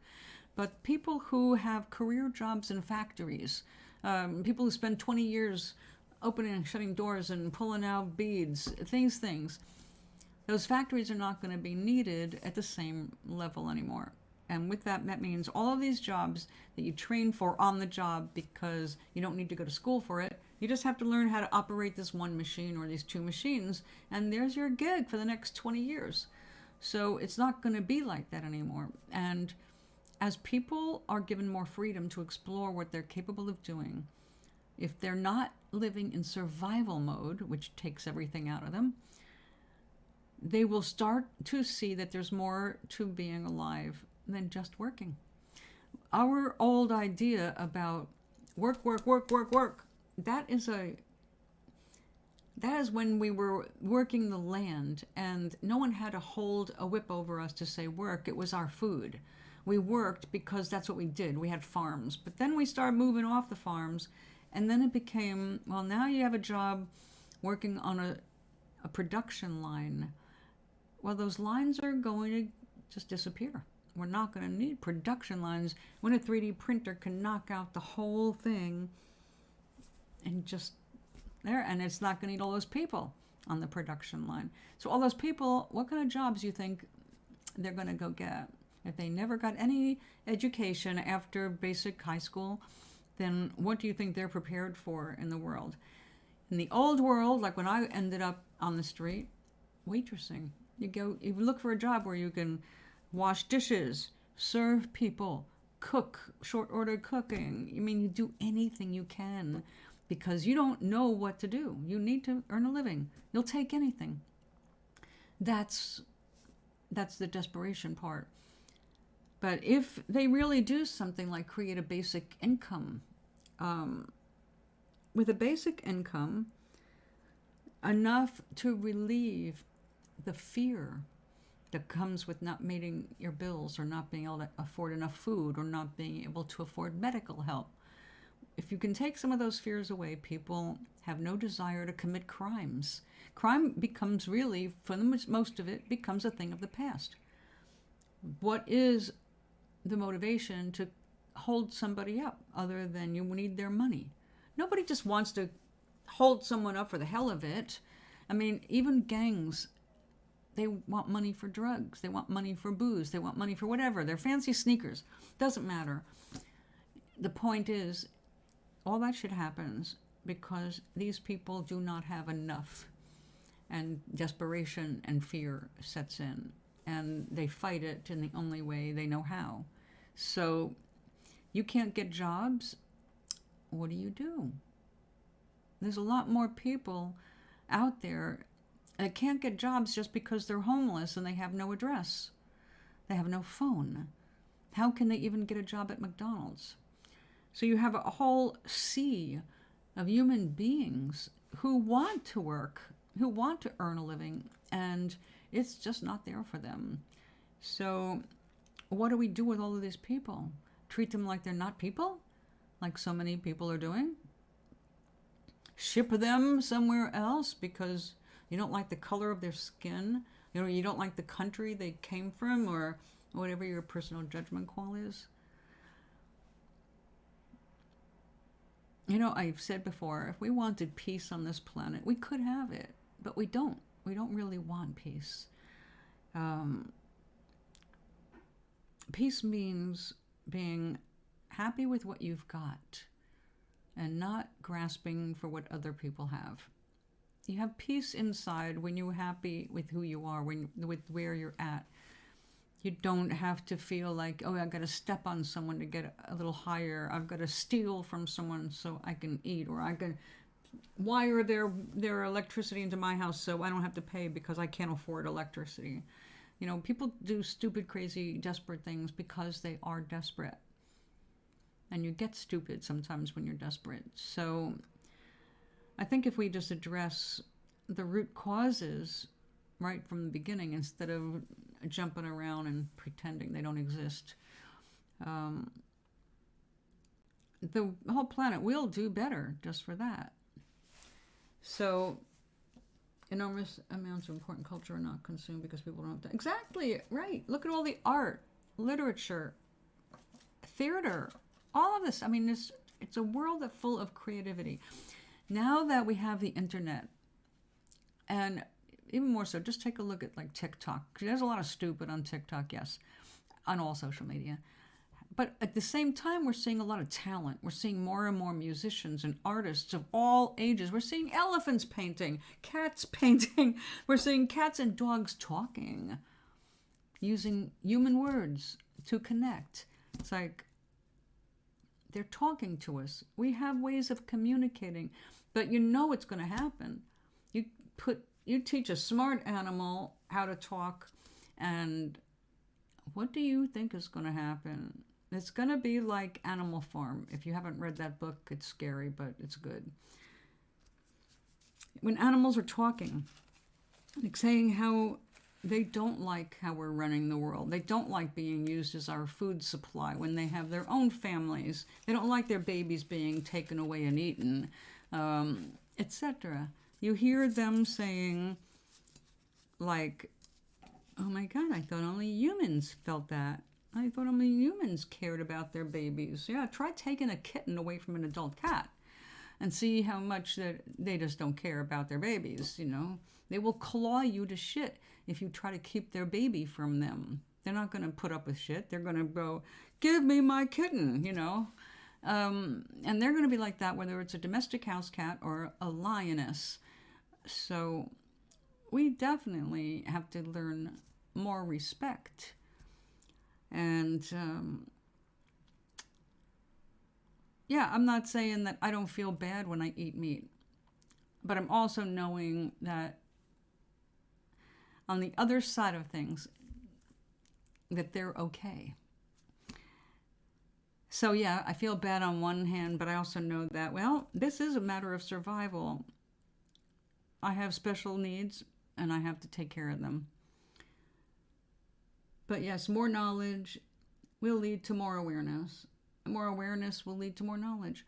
But we're getting close to a global epiphany when you see fascism blooming the way it is right now.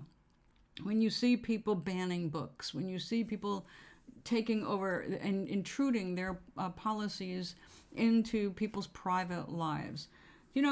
We've got a governor that just made sure a bill got stopped so that police can retrieve menstrual records from one's phone.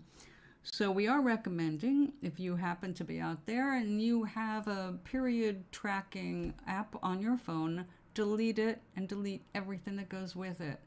Because there are certain governments within our own country, not our feds, but people trying to make it federal, they are after all of you. If you're a woman, if you're a trans person, if you are gay or queer, you are fucked by these people if they have their way. So you need to be aware of what is currently going on. But every time the pendulum is about to swing in one direction and the other side is being made afraid of that, they fight. They lie, they cheat, they steal. They'd rather burn down the entire planet than be negated. They do not want to disappear. So the faction of humans that want to control other humans is rising as fast as they can. They're getting more aggressive. And we here in the States, we are buckled up. We've got 2 years now where we are going to be fending off every radical policy that these people keep trying to put out there to invade our private lives, especially the private lives of women. They want to make sure they can control women's bodies as completely as possible. Among these people, by the way, just in case you don't get it, it's not just about abortion. They also want to make sure that women cannot get higher education. And they want to make sure women don't get the good jobs. They believe that women should be home, barefoot and pregnant, bottom line. So they're also using religion as their key.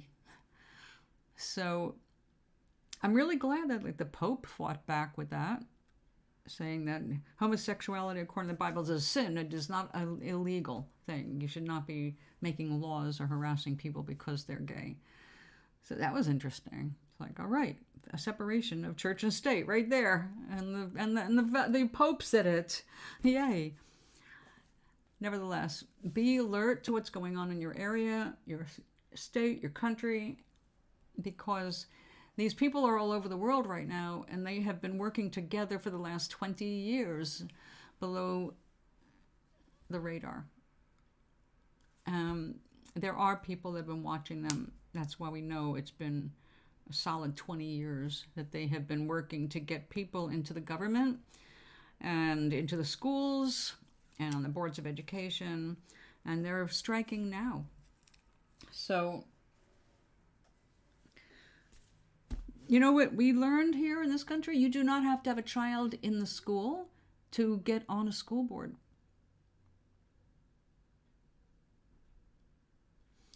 I don't have any... Yeah, I have no problem with people being Christian or any religion as long as they are not preventing other people from their religions. Other people have the right to practice their religions as well. And the idea that we are a Christian nation is completely inaccurate.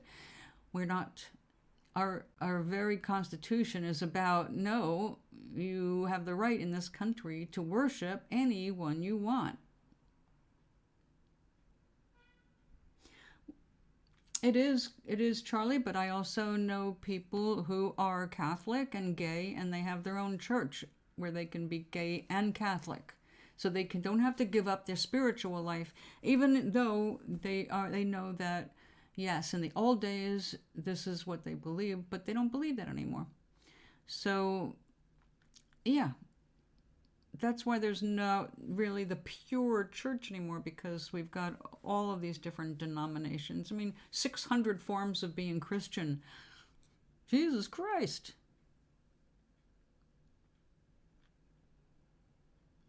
Oh, horrible, yes.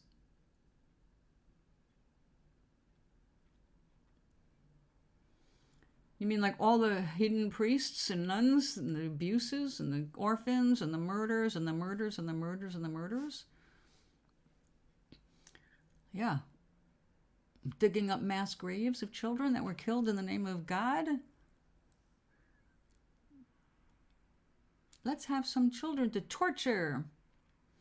Yeah, there's a lot of bad data and a lot of nasty shit. Again, this is what happens when a group of people are given, when you start worshiping them. That's one of the things I liked about Judaism. And I'm not into any religion, but I was brought up that way.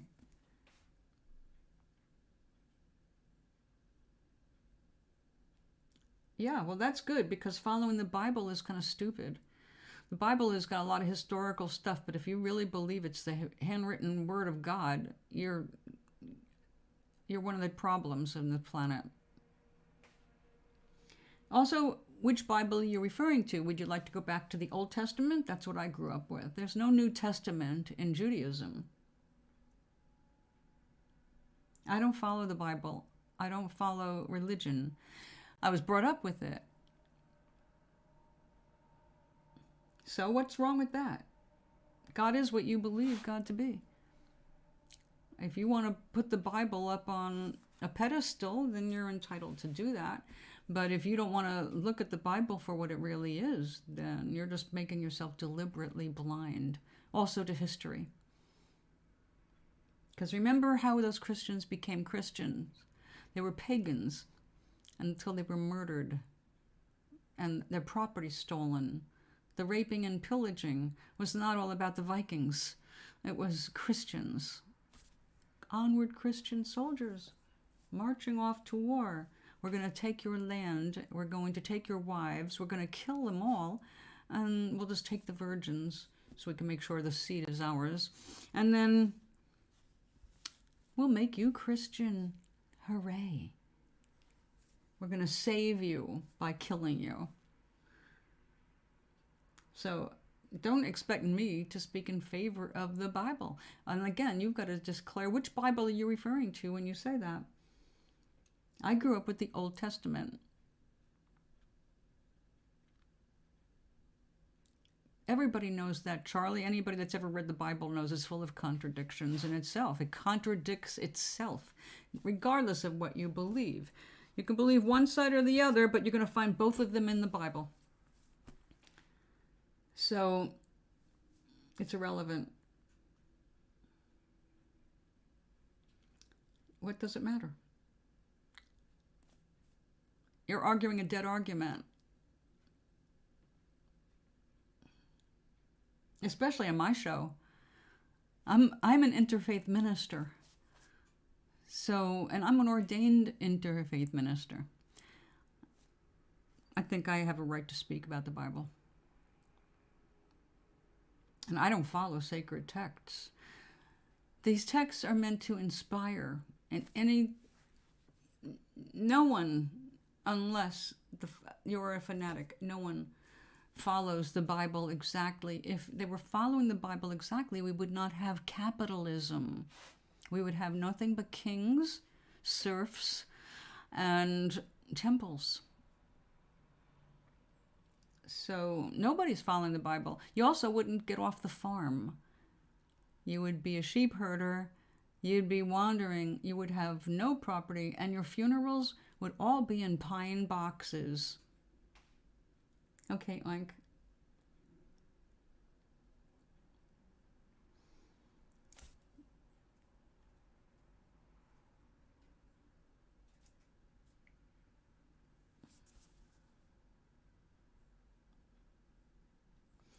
If you value not having a set of contradicting beliefs that matters to you, well then, welcome to planet Earth, sweetie. You are going to be surrounded your entire life by contradicting beliefs. I do. I have the authority to marry couples. I have the authority to perform last rites. Not that I would. I got my license primarily to marry people. So yes. And no, it's never been needed.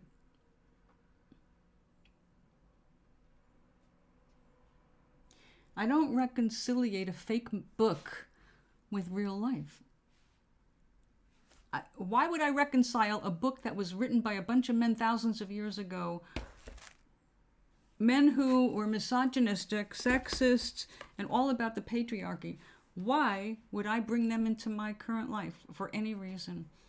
I don't have to reconcile shit about the Bible. I only have the knowledge so that I can comfort those who need it in their own idiom. That's it.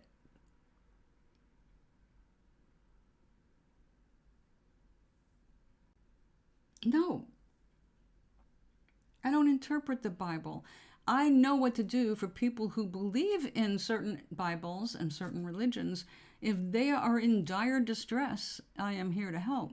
I can comfort them with their own words. I don't give a rat's ass about the Bible anymore. I see the destruction it's caused. I see the hate it's caused. Right now we've got a lot of problems because of it. So why would I try to reconcile shit with the Bible? It's make-believe.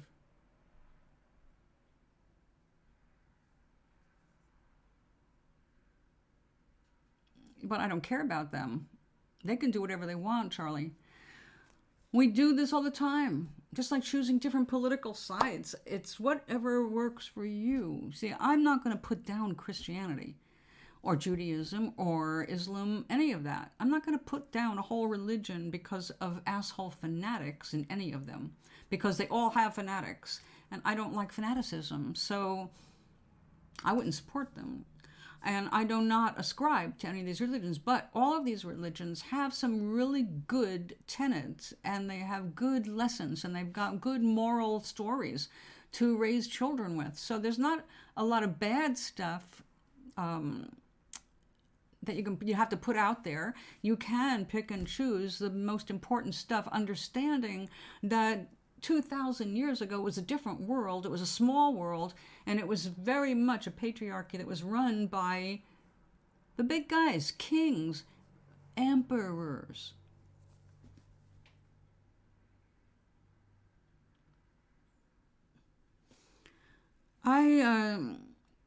Again, my feelings are not like blanket for everyone that's brought up this way or that way. It's everything's an individual one-on-one situation. I don't feel sorry for anybody brought up with it, because whatever they got out of it, they got out of it. And when they are more adult and they have more life under their belt, they will make their choices. They will find solace in certain words. They will find solace in other people's words. My greatest solace does not come from the Bible. My greatest solace comes direct to my spirit. Really. Well, compassion is a very high feeling, and I don't know if you've developed that yet.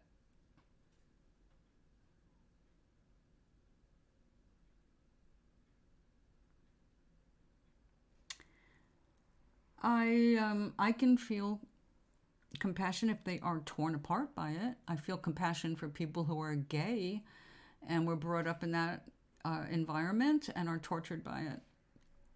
So, yeah, I feel compassion for the people who are browbeaten by religion, who are tortured by religion, who are murdered because of religion. So, yeah, I've got great empathy for those people. And we see that happening all the time. So my show obviously is not anything about religion. You have never seen me bring out a Bible here. Not even for inspiration, though I have in the past derived my own inspiration from it. If you want to turn to a Bible, then you're perfectly free to. I have used Proverbs to help other people through tough times, but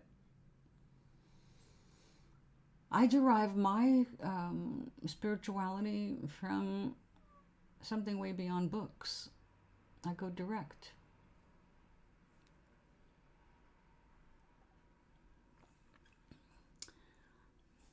No, it's not that they're right, Charlie. It's that something that you feel compelled to study. I don't. I was. I had to study to get ordained. You can just get a license. You can just sign into a site. You know, you can marry anybody wherever you are. You can do that, but I felt like that was a cheating way. So I didn't want to just carry my universal church of life card around. I wanted to feel like, no, I want to know what this is about. I want to have some understanding behind it. So I actually took little courses that you pay for and took my little tests and mailed them back and got graded and got etc., etc. So the only thing I didn't do was when like you have to buy your credentials. So I got my basic one and it's already like wearing off. I didn't go and get a fancy thing or laminate it. I was out in the middle of the country at the time, so on a farm. It just wasn't that important. So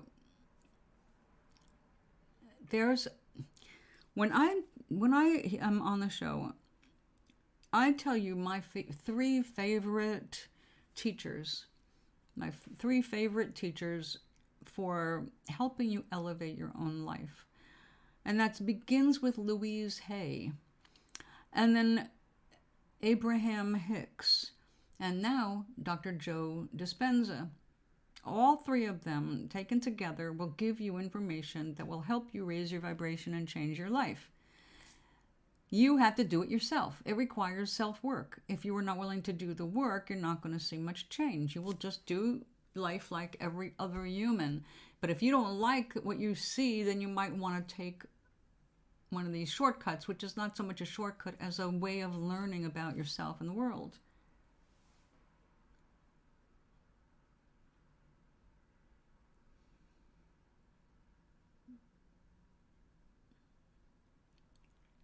What's hardest for people to do is change. People don't like to change. We don't like to change anything that we're doing. We do not like to change our habits, whether it is a tiny habit or a big habit. We don't like change. We're built that way. That's a human thing. It's not a personality thing. It's not a being stubborn thing. It's a human thing. We're built to do things habitually. Every cell has its thing, right? We all have our things. But as we are progressing, as we're evolving intentionally, and we're using our brains for our greater good, then we start learning more, and we have to change. In order for us to progress, we recognize the things that we have to change about ourselves. And it's not at all about changing the world or changing another person. It's 100% what you're changing within yourself. And if you're not willing to do the work to change what's in you, and to change how you're operating, then nothing is going to change significantly. You will just plod on as normal.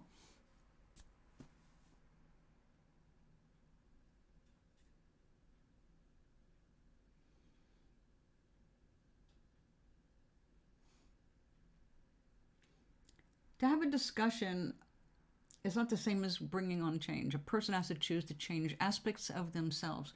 They have to change their habits. That's not comfortable. People don't like to change themselves. They don't like to change, like just quitting smoking or quitting a food that's not good for them or quitting a habit or starting a new, better for you habit like walking every day. It's not easy to do. We have to find ways to motivate ourselves. We've got to find the tricks to breaking our own resistance, like exercise. They found that we don't do really well with motivating ourselves with words when it comes to exercise. It's really more of if we can tie it in to something we're already doing, basically a body in motion, staying in motion, that kind of a thing. It's real hard to get off your ass. Here, I am going to go for a 20-minute walk now.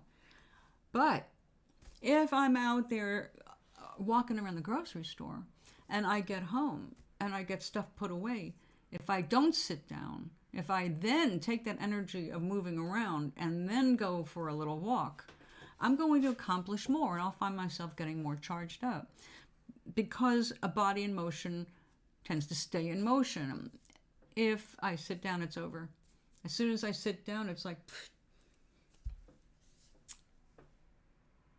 Sweet dreams, Charlie. See you tomorrow afternoon.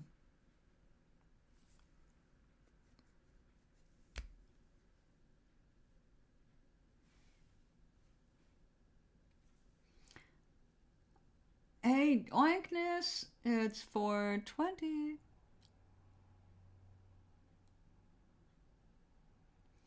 Uh-oh. Wait a minute. How long have I been sitting still?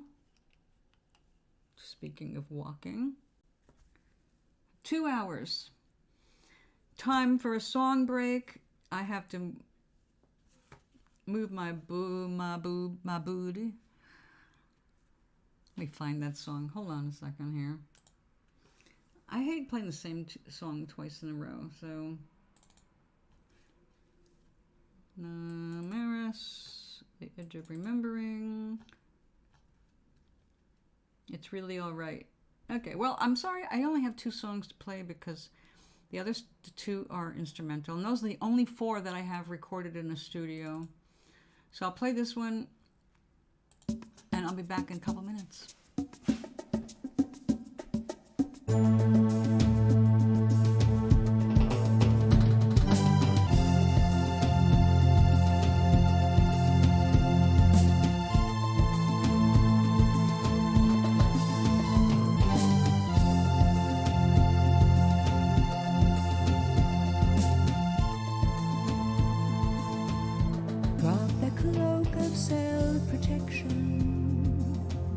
You won't need it to stay warm.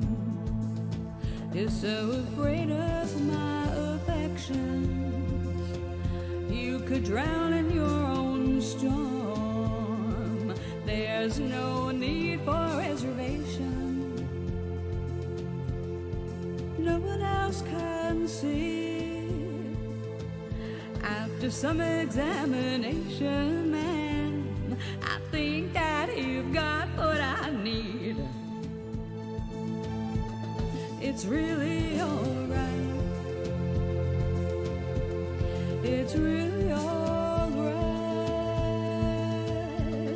It's really alright if you don't love me.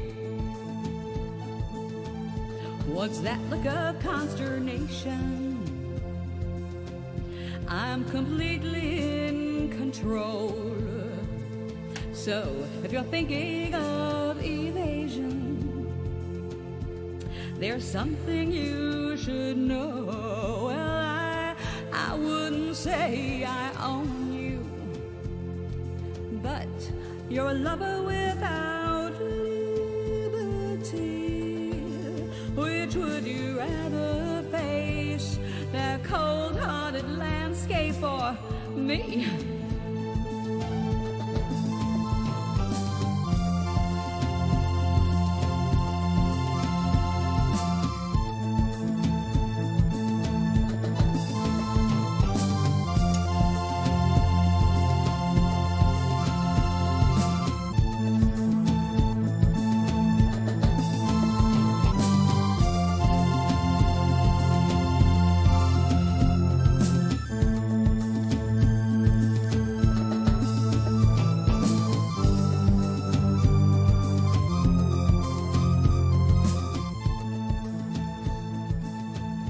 What's that look of consternation? I'm completely in control. So if you're thinking of evasion, there's something you should know. Well, I wouldn't say I own you, but you're a lover without liberty. Which would you rather face, a cold-hearted landscape or me?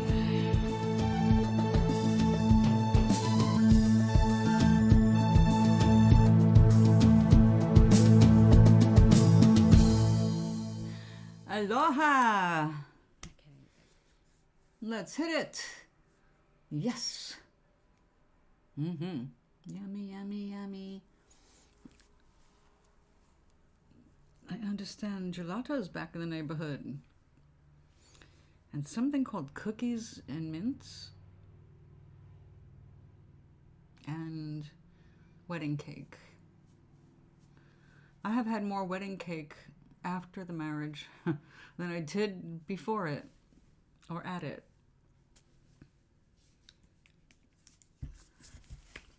So how is Maui today?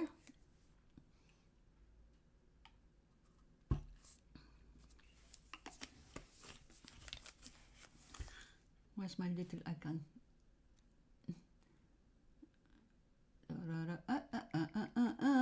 There we go.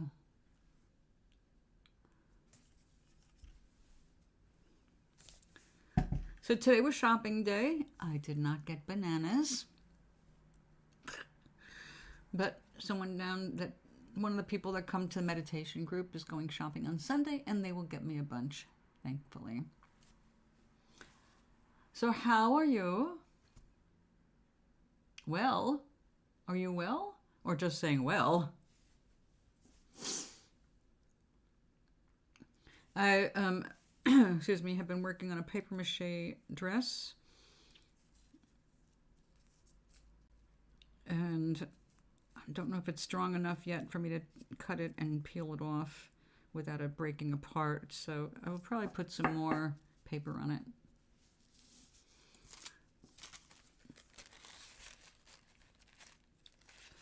Although it looks like I put all that stuff in the kitchen. That is wrong with me. I know, I'm disoriented. I've got like 6 different things going on here. So I'm going to have to try and get everything back together here on one page. I tell you, the social media is just too much for me. I have not gotten the hang of it yet. I jump every time TikTok comes on, or with the same annoying background music. It's like, how many times do you want to hear the same clip? It's like, okay, I'm hearing the clip for the cat video, and I heard the clip for this video, and I heard the same clip for that video. It's like they're all doing different things, but they're using the same freaking clip. I'm high on my grocery haul, yeah. Definitely. I went grocery shopping. I got meats today. When I saw everything in the refrigerator and my freezer, I have to take everything in the refrigerator, break it down, and put it in the freezer. It's my month worth of food. I felt like I was high. I was like one of those bipolar extreme episodes of Euphoria. It's like, I have food. So yeah, I think that's what being in survival mode for too many years does to you. So even though I'm no longer in survival mode, there's that fear that next month I may end up back in it because we just lost a significant part of our food budget. I'm not looking forward to that. So, yes. But I definitely was so happy. Went to the store, 2 ladies on the floor needed to replace flowers on their door.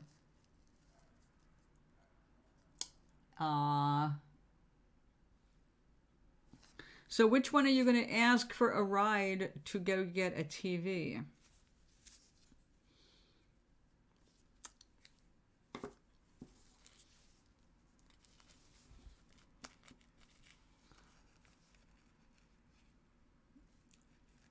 Surely you have worked this out.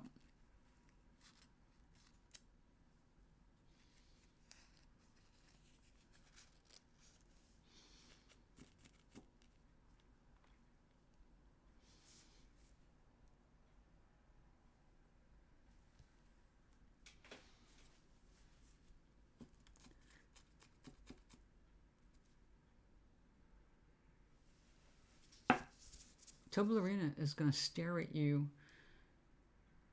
She's going to stare at you in your dreams until you get your TV.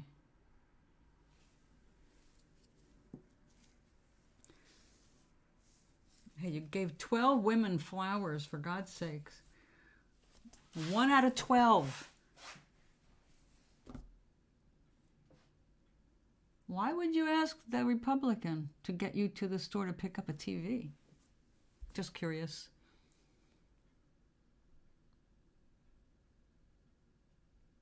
Are you a glutton for punishment?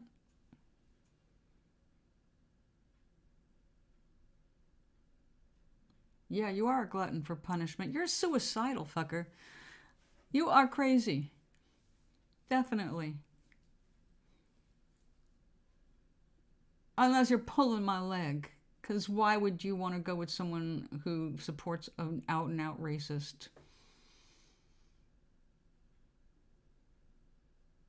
Oh, but she doesn't. She doesn't support that part of him. How is she on his just grabbing people, women by the pussy? She good with that?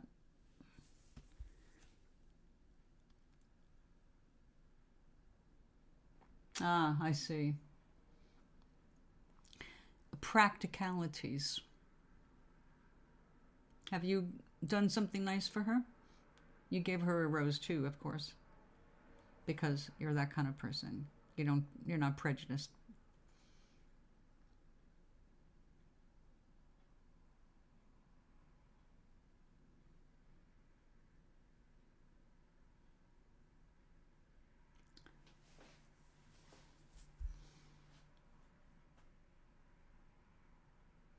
Well, back George, get on it.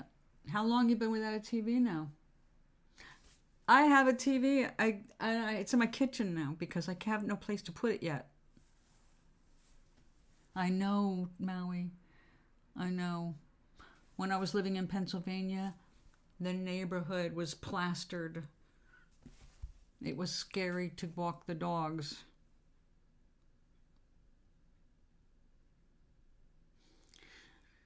They gotta be ancient. They gotta be ancient.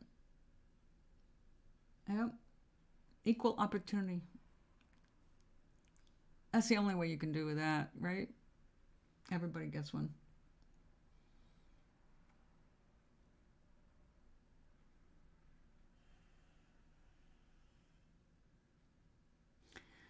Well,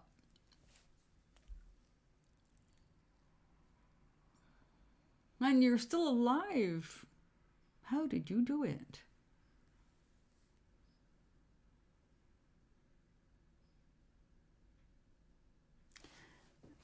I haven't plugged this one in to make sure everything works because I need an extension cord too, because I don't have anywhere to put that. It's anywhere near an outlet. Yeah.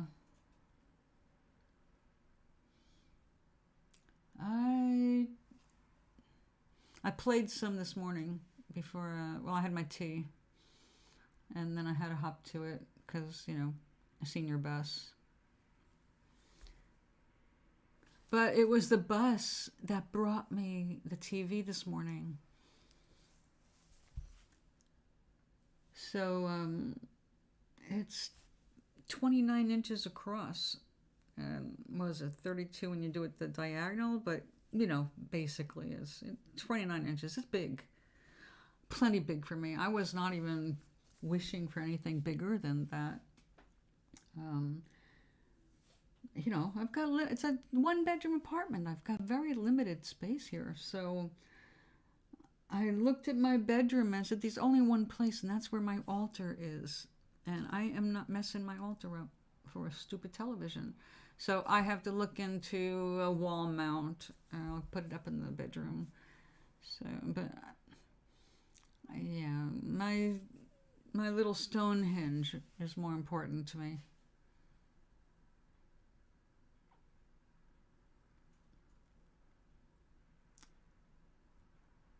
Oh,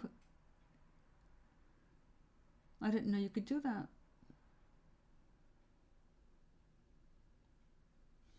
Cool.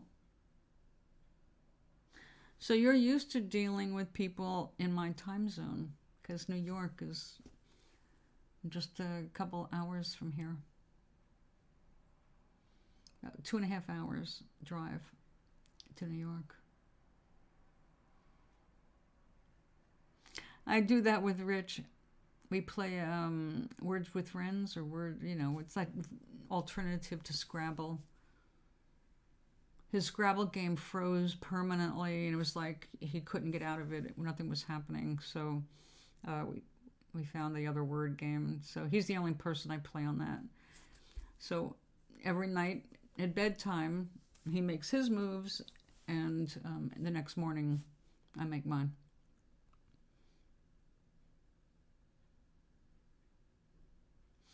Well, it's still faster than the old mail, right? Doing chess games by mail. I would not have the I would not have the patience. Although I used to be a big pen pal person. I wrote 14 letters a week when I lived in California to people all back here in the East because I left them to go to California. So everybody heard from me every week.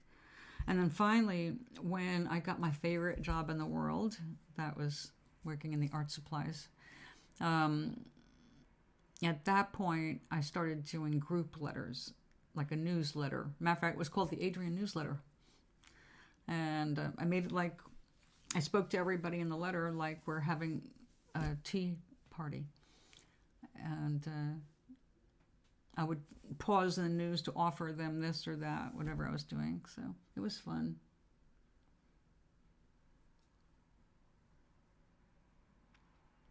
Well, if you ever visit your friends on this coast, I don't know when the next time it'll be that I get to Hawaii. I did enjoy it. I really enjoyed it. I would love to go back. I mean, I loved it so much, just like everybody else. You go to the islands and you want to move there immediately, in a heartbeat.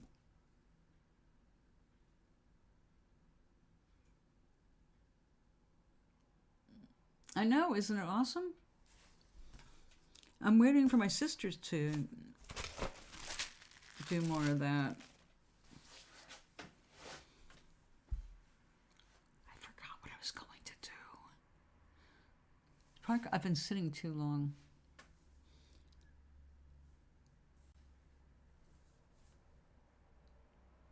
Okay, I had to stop doing the beading on the weaving, and I can't take the weaving off the loom until it's beaded because I need to buy beads.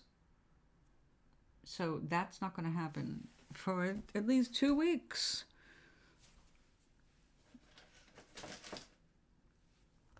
And we have this. Now I could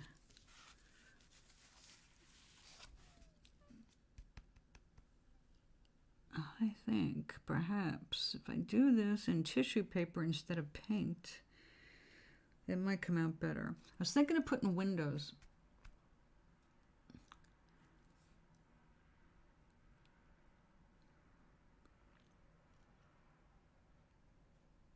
But to be very tiny windows.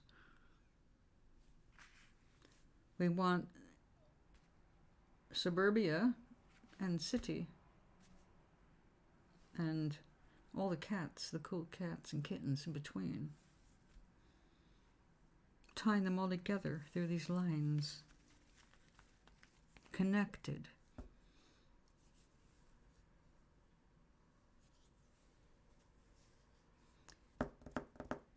We're going to need tissue.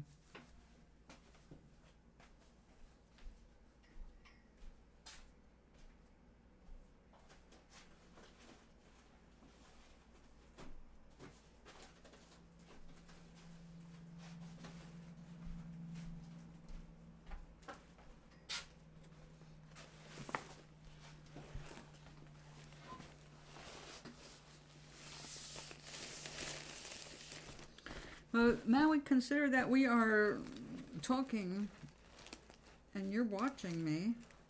I can read what you're texting, and you are 6,000 miles away. I think that's pretty cool. Oh, do I want to do that?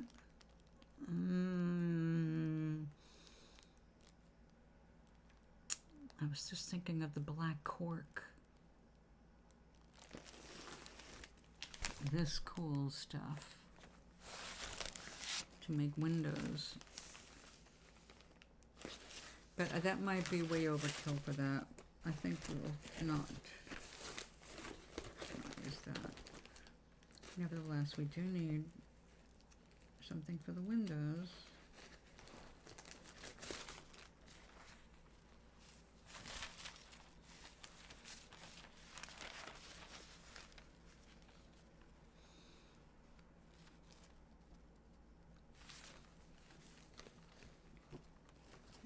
something like that, yellow for that.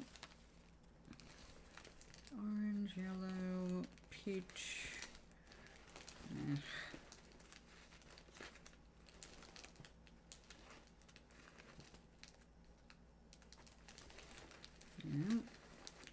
Oh, we've got such beautiful paper here. I can't take it all out and show you at the moment. You have seen it. Oh, come here, come here.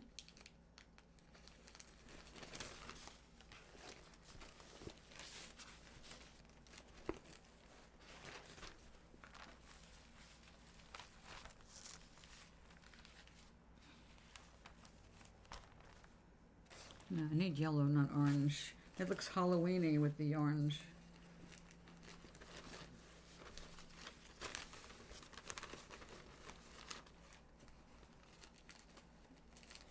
Come here. So we've got dark windows and lit up windows. This is for dark windows.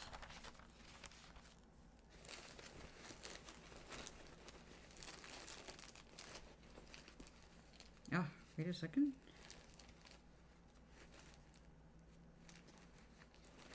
We're in the right neighborhood. No, that's green.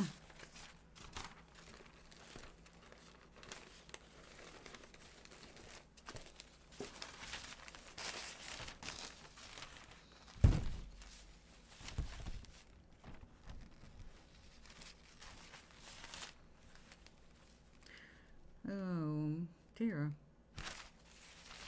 Maybe the orange will be good. Maybe I will go with a different tissue altogether. Like that. Without the texture. Ooh.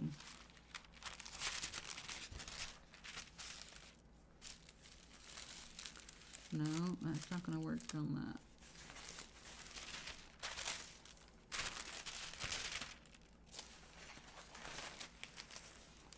Nope.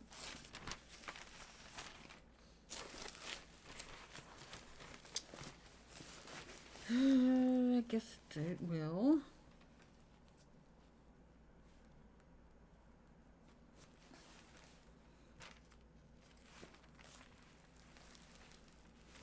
It doesn't really work against the gray though.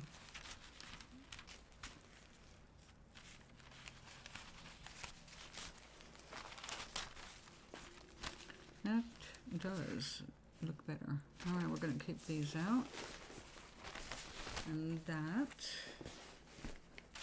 Not that.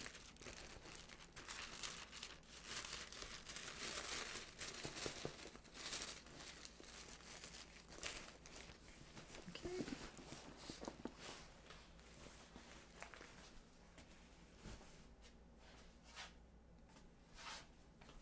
Now, before I get carried away, we're not going to need all of this. Oh, yeah, the other one comes to an end without spam and rice. Yep, yep.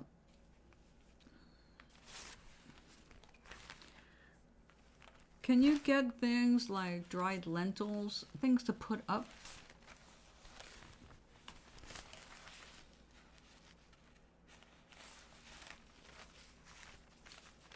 Canned beans, like garbanzo, you know, chickpeas. Okay, how much of this is we really gonna need? And the least interesting part of this paper. That's pretty well done. This is nice paper. This is generally called rice paper, but it's also known as a mulberry paper. With lots of visible threads. That should do it.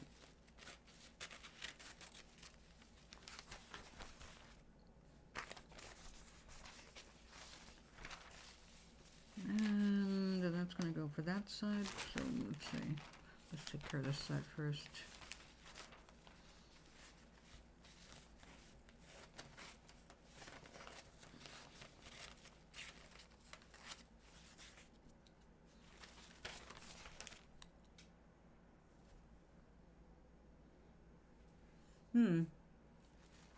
I think we have weather coming in. Oh, to stash, to stock, to hoard.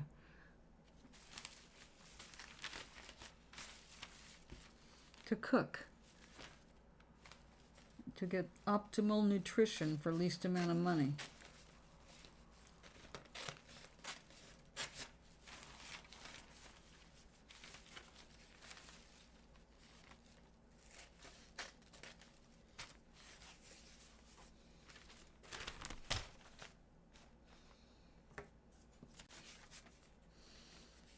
Alright, how big do I want the windows on here?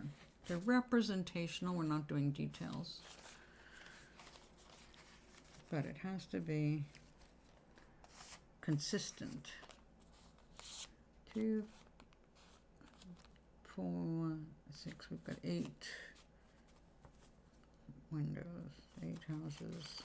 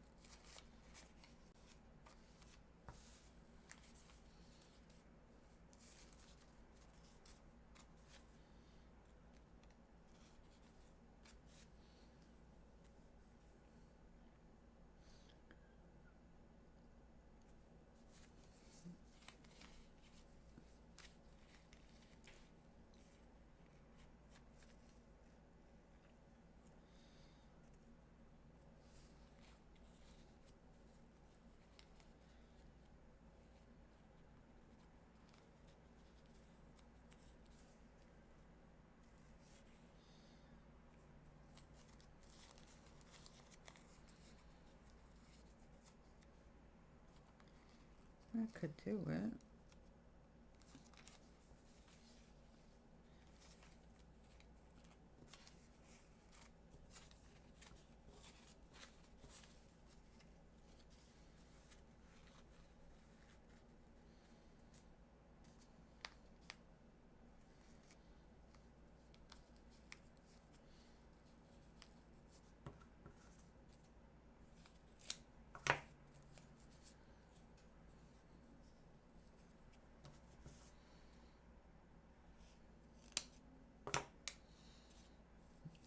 Okay.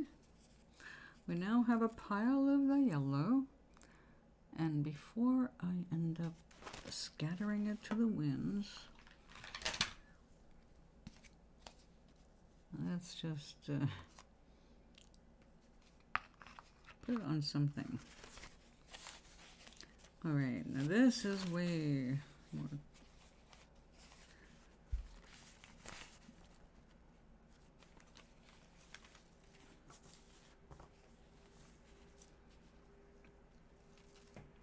How much do I want to do with that?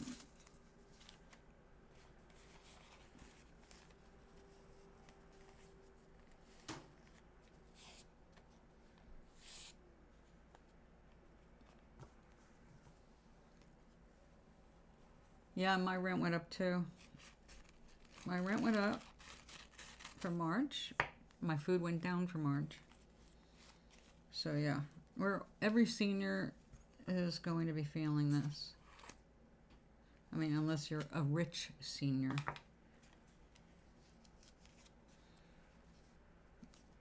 I don't know any in this building.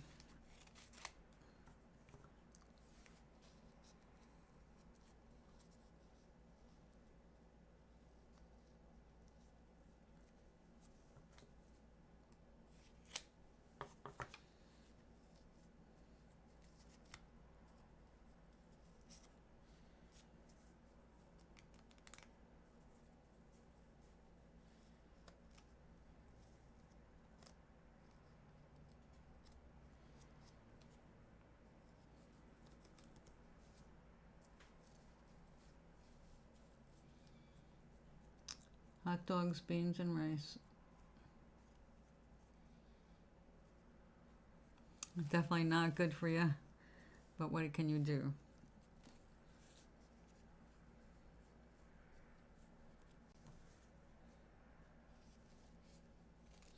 I still get meat. I just eat smaller portions.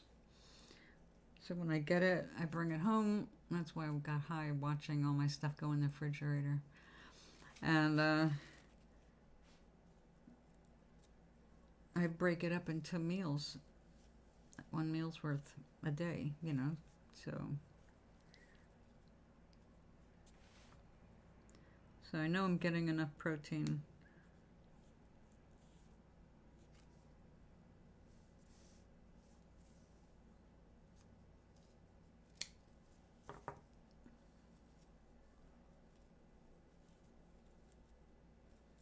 I do a lot of potatoes, sweet potatoes mostly, and white potatoes, but I found that it's cheaper in the long run to buy the frozen ones. So I'm now getting frozen potatoes more often than the fresh ones, unless I can personally pick out the fresh ones, because they've had so many problems. It's like I end up throwing a bunch of them away. It's like a waste of money. It's like, well, this wasn't a deal. This is a bunch of diseased things.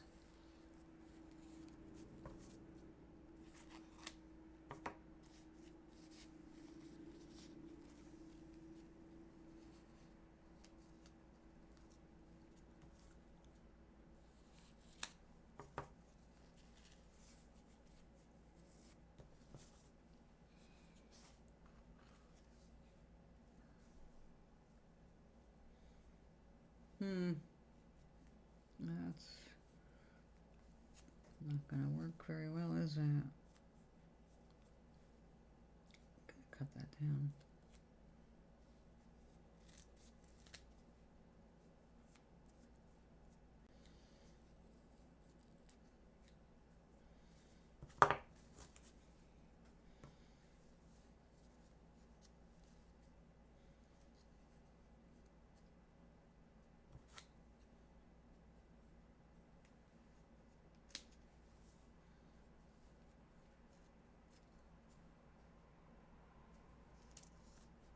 Yeah. None of that.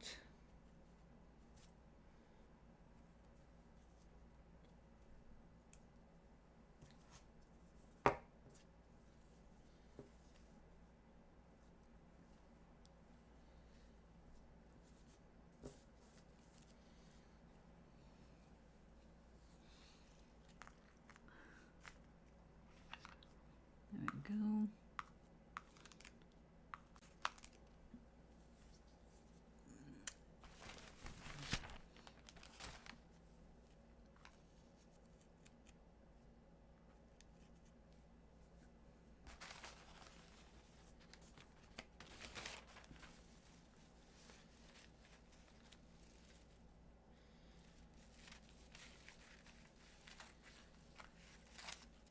Okay, come back here, window.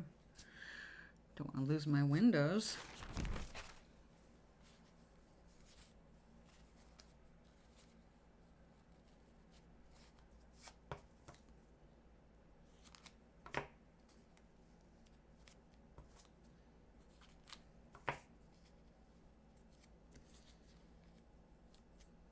Perfect.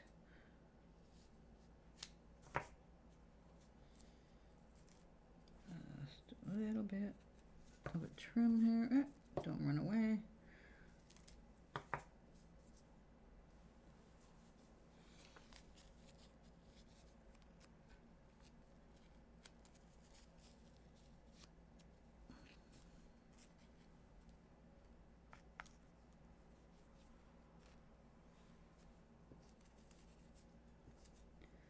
Sloppy, sloppy.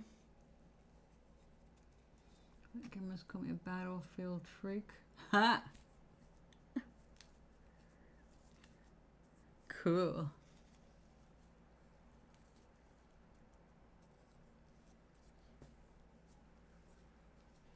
Recognized.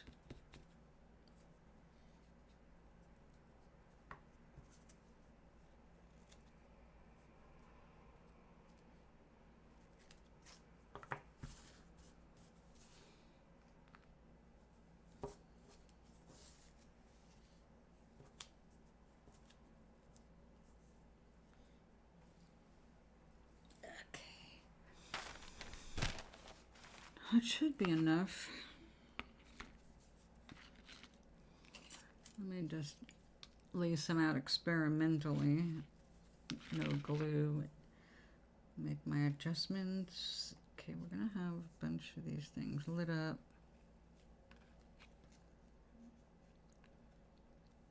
But not all.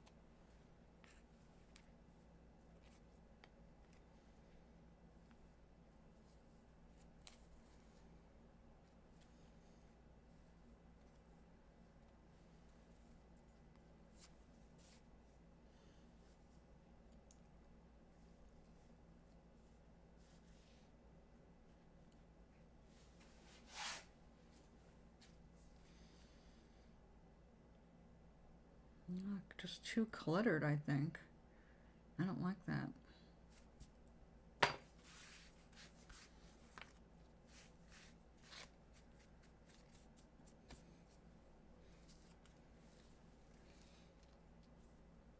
Just stay there.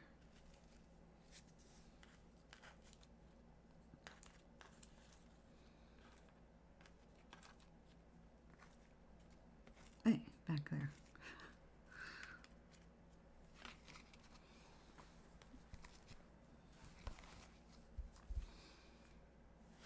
Now back to paint. We've made things tiny.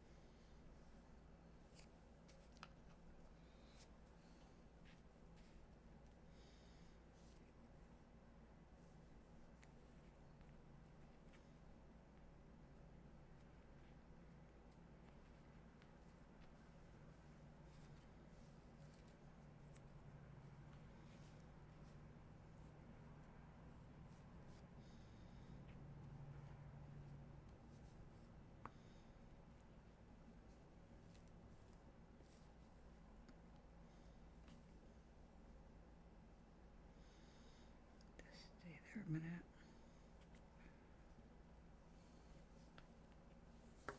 Just want to get an idea, you know. Plain water.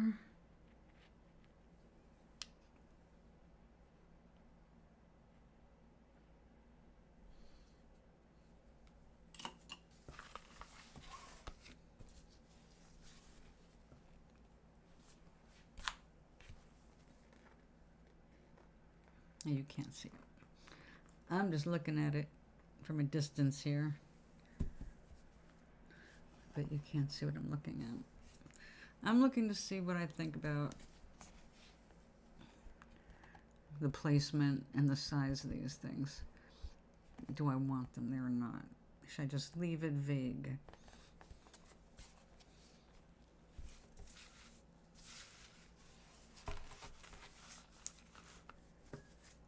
So I don't like that.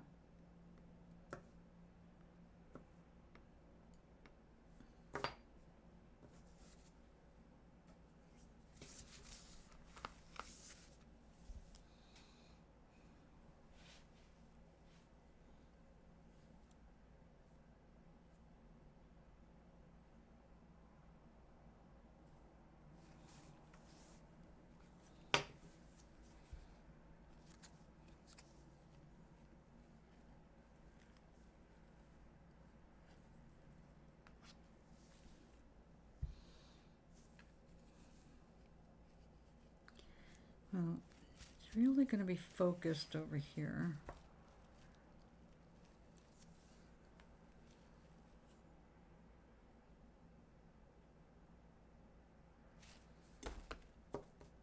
I don't know. This is not one of my proudest. I mean, I'm not the most proud of this thing. I like the idea, but I'm not getting it across to my satisfaction.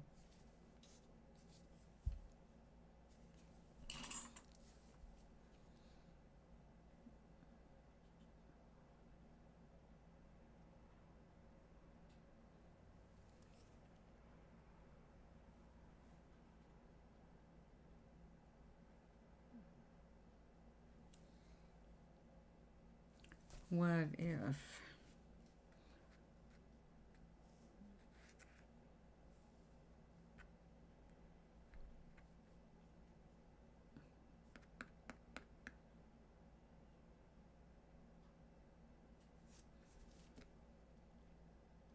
Now, I have to think about it.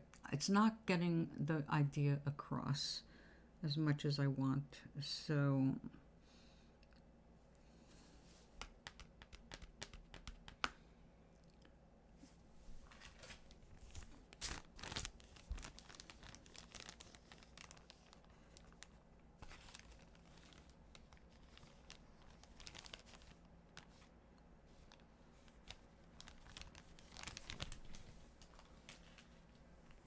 we have the rest of the costume ready. The wig, our little pink ears, sunglasses, and the representational catnip mouse.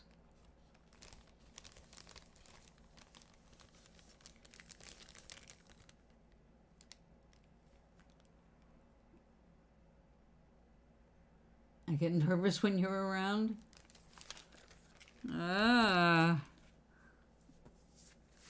Killer.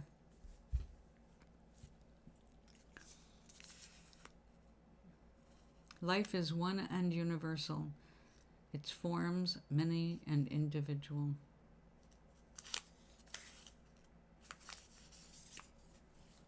Well, that's not new.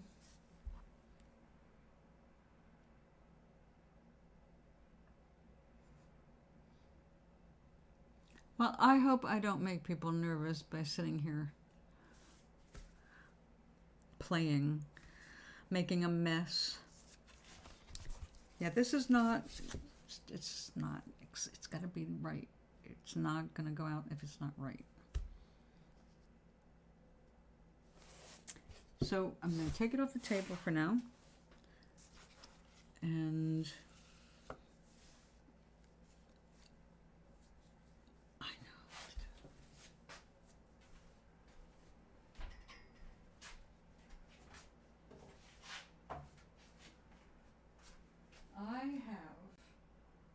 special box. Excuse me, that I had my hands on today. Oh, it's right here. This is all the strange odds and ends of tissue papers and rice papers, and some of these stamps that I was making, and some that I already made. That came out so good. This week, these were stamps I made for real clay. But see, we've got stuff for collages, and some of these colors are really nice and hard to get without buying a big package of it. So I saved them, like we're saving that. And when it's needed, it's there. A jing-a-ling-a-ling. Ah.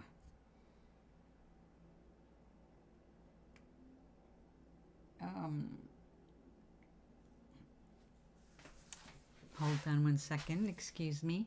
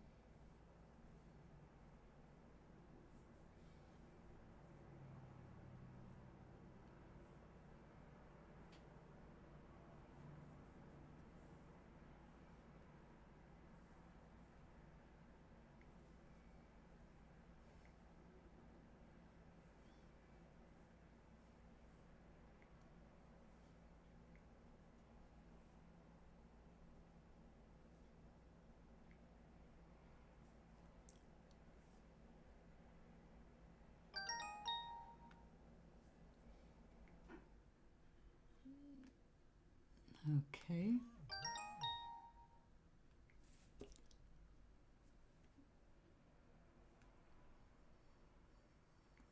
Okay.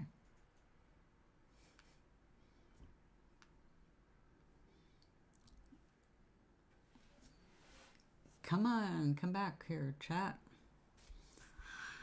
All right. Okay, there was something else I was going to do besides dabble around in art. I left the book out since I took it off the shelf. I thought I would go ahead and tell you a little bit about echinacea. Everybody's heard of echinacea, but echinacea is not the only plant that has antibiotic and tingling on your tongue side effects. Echinacea, as a matter of fact, they use right here. It's one of the most well-recognized and universal plants. It's all over the place. It's also known as purple coneflower. There's a Blanca or Alba white version and a yellow version. Every part of the plant is medicinal. Now, when you buy it in capsule form, let's say, they kill the whole plant, and usually what ends up in the capsule, if it's high-end, is just the root, which is the most potent part. But there's a much better way to use it. If you get yourself an echinacea plant, where first of all, it's perennial, it grows all year long. It'll be a green plant most of the year, and then it'll start doing the flower thing. The seeds are beloved by birds, but you can save them. They are not fun to gather. It's very prickly. The coneflower is painful to take apart. However, if you just let it do its thing, the only way it is going to grow, it needs to have a refrigeration period. So you let them go full seed and clip the heads off, dry them thoroughly, and then stick them in a plastic bag wrapped in a paper towel and put them in the refrigerator for a few weeks. After that, you can smash the outside with gloves, very carefully take it apart, and pick them out. They are painful little seeds. They have prongs on the ends. So don't think you're going to have a handful of seeds. You're going to use very careful methods of removing them. But the seeds are usually, if they've gotten pollinated, they're going to be awesome seeds. So when it's ready to do its thing, you might want to just put it outside and let it get pollinated. Then you'll get better seeds. The best way to use this is when it's still young, before the cone gets big. The flowers themselves are really a good antibiotic. You can take one fresh flower, chop it up, throw it in a cup, pour boiling water over it, cover it with a lid, and let it sit there for 5 minutes. Strain if you want to sweeten it, and that's your antibiotic drink right there. It will boost you. What it does is it stimulates your immune system. You don't want your immune system deliberately stimulated constantly. It's not good for your system. The idea of the immune system is to rise when it has something to fend off. If you just keep it stimulated all the time, you're just using up your own inner resources for no good. Your body knows what to do on its own. When this is handy is when you are going to go into a situation where you are more susceptible to things. For example, my rule of thumb living down south, seeing how people behaved in public at Walmart, namely coughing and sneezing without making any effort at all to cover up or blow their nose. I mean, they were pretty gross. A lot of people were like that, and it was kind of disgusting. Not wanting to get sick at every turn, my usual tactic was to use some echinacea before going to Walmart, so that by the time I got to Walmart, whatever it was going to do was at its peak. Ensure doesn't do anything to boost your immune system. Ensure is to give you the nutrition when your system is down, like when you're fighting cancer or when you've lost too much weight. It's a high density caloric drink that's made for people who are sick, or they just can't get enough calories in because they're not able to eat right, or they have like a lot of gastric damage and they can't absorb nutrients. But Ensure itself, it has nothing to do with your immune system in terms of boosting it. It's just giving you the nutrition to fight off. Well, basically, you have to feed your body. So anything you feed your body is also feeding your immune system. Ensure is just a balanced liquid vitamin pill.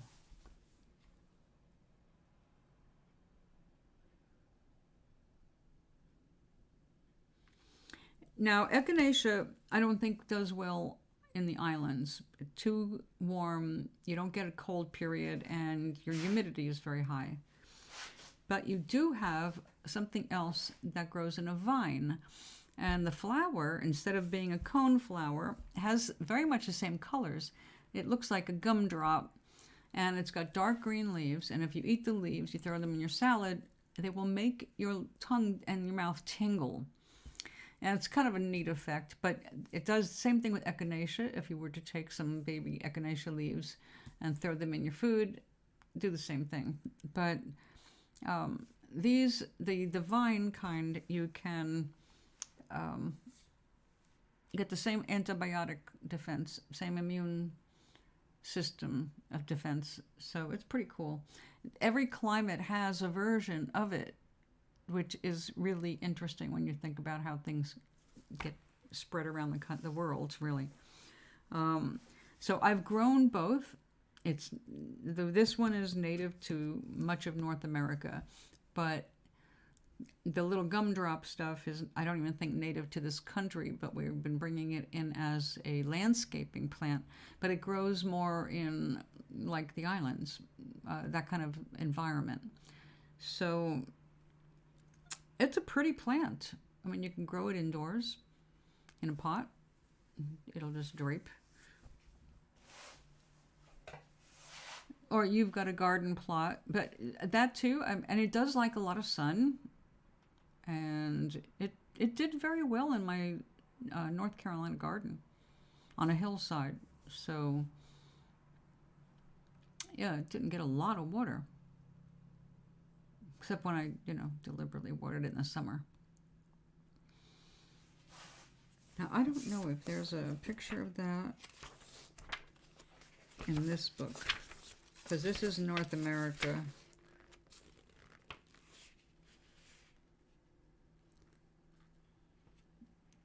Yeah, spice bush. That looks like a spice bush flower, not that. Well, I guess there's different spice bushes, and there's different. Yeah, you got to know the difference.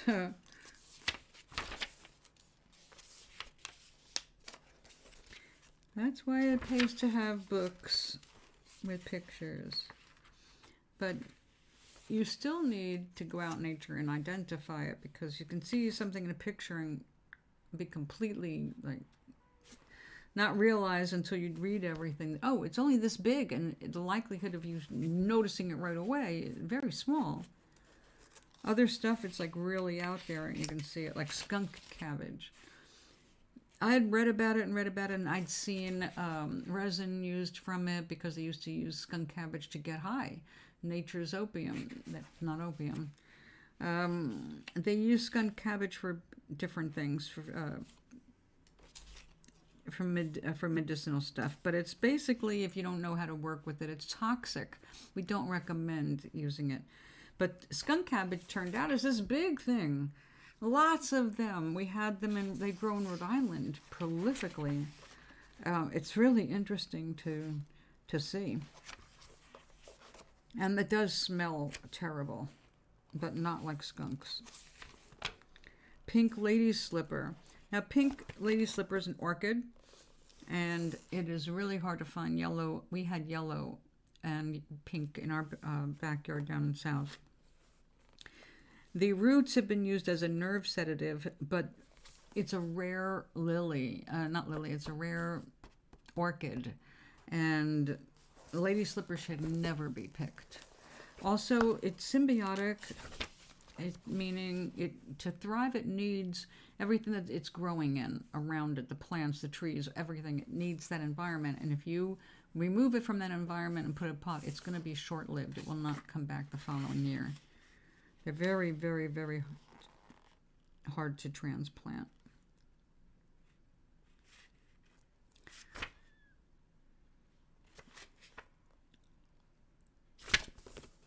Dandelion. Okay, that's one that it's pretty much everywhere. Purslane. I don't know. Pineapple weed is awesome. Pineapple weed is almost identical to like chamomile. A fresh chamomile smells very much like pineapple-y. Okay, dandelions. Are you familiar with the medicinal and edible aspects of dandelions? Dandelion, the flower is useful, the buds are useful, and the roots are very useful. However, some people find it can be a little irritating. So if you don't have an irritation when you touch it, then it's safe in general. So, dandelion. The flower stem of the common dandelion is hollow and has milky juice. And if it doesn't, you have the wrong plant. There's lots of plants actually that look almost exactly like a dandelion. And you need to know the differences because not all of them are safe. Some of them are interchangeable, but they're not all safe. So you want to make sure hollow stem, milky juice comes from it. It doesn't come up the stem, it comes from the broken part of the green stem.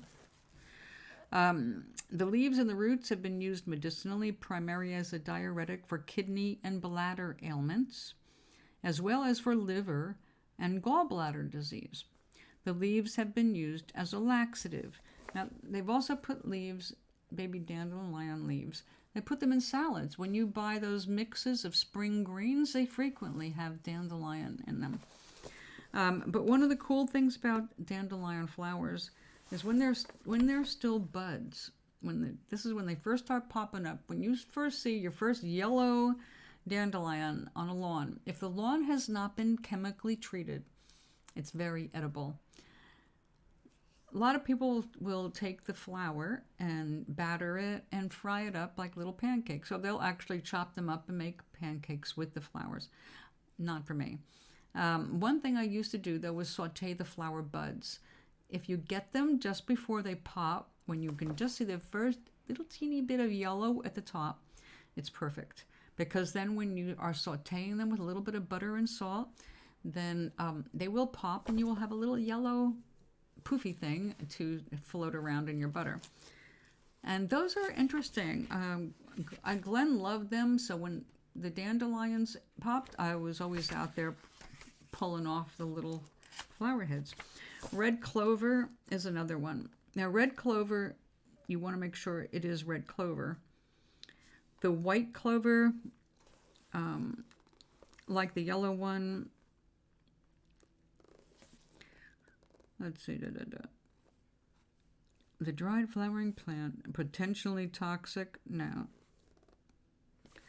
You can't have, well, it basically goes with everything. Too much of anything is not good.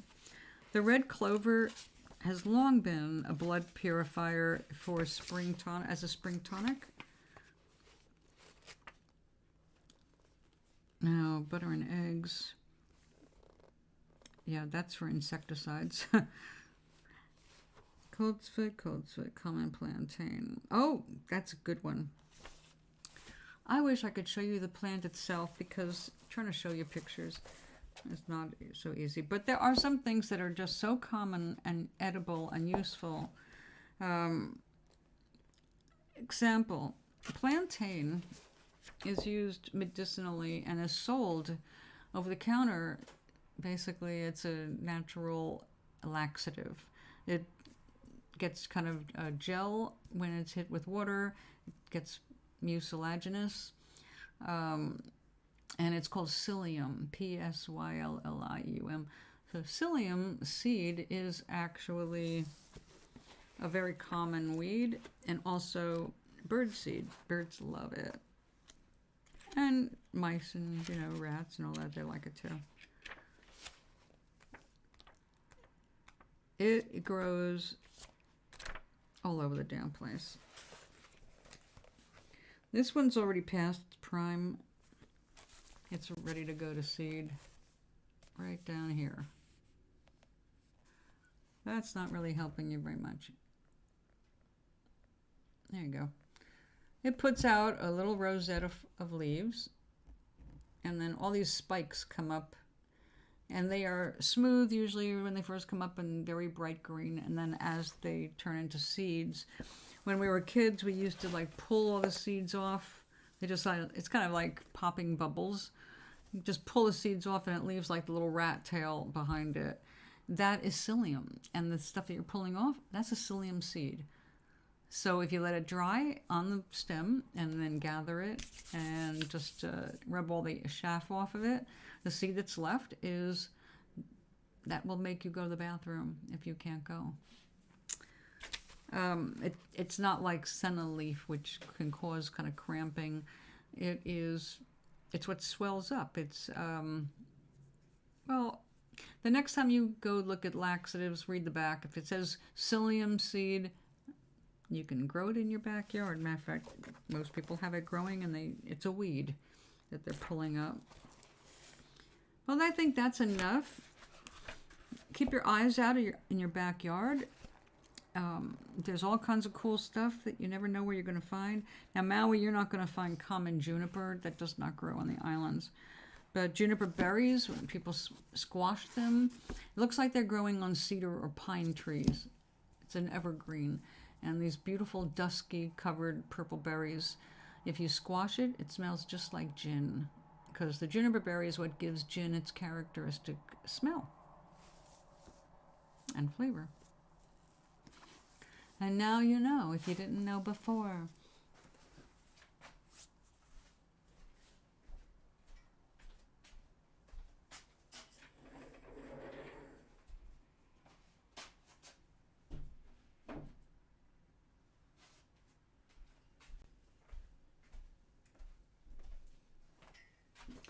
And now, class, it's time for me to make something to eat. I have a bunch of things to choose from now. It's also time for me to charge my phone up.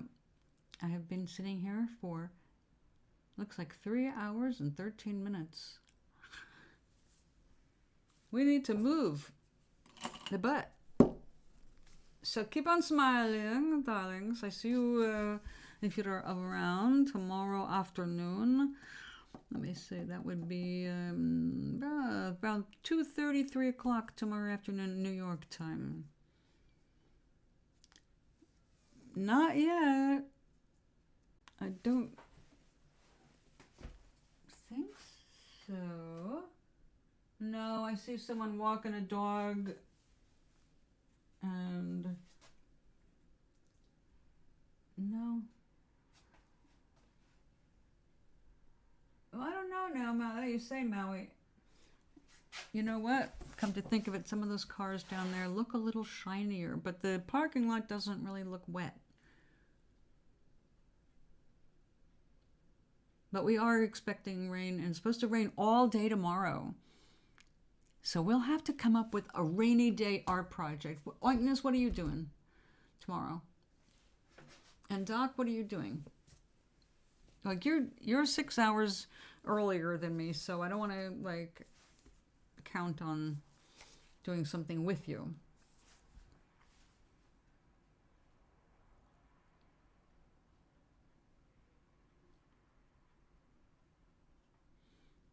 Any art? I never did see your Valentine's stuff, did I?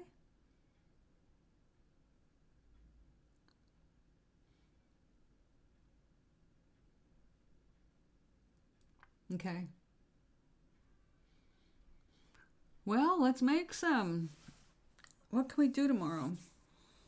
Well, I will work more on Toblerina's drag dress because she is going to have her most outrageous, but I have to come up with, well, this is a pride, it's going to be a pride rainbow hat, but that's really more of a wig, No. I don't think so. Did you? That would be on the phone, right?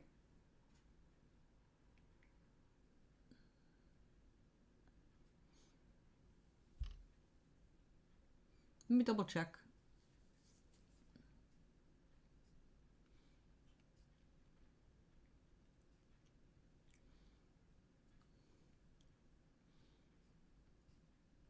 No, I got that orange soda.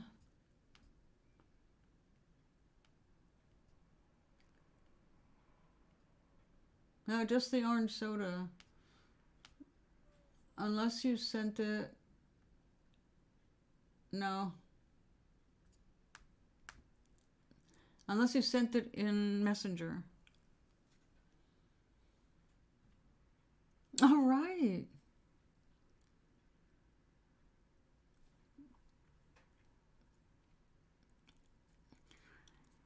Yep.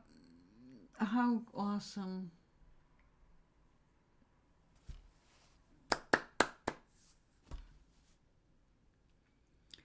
Well, while you're working on that tomorrow, we will work on something here. Like maybe making her, yeah, I've got to make it stronger before I try to peel it off. Otherwise things are just going to pop apart. So, yeah, it's like building a body cast one little layer at a time. Okay, my Kindle's in the bedroom, so I will take a look. In the meantime, thank you so much for hanging out with me. Sally, if you're still here, you should be in bed too. Sweet dreams, everybody. Until the next time, it'll be tomorrow. And I will check Messenger and respond. Good night.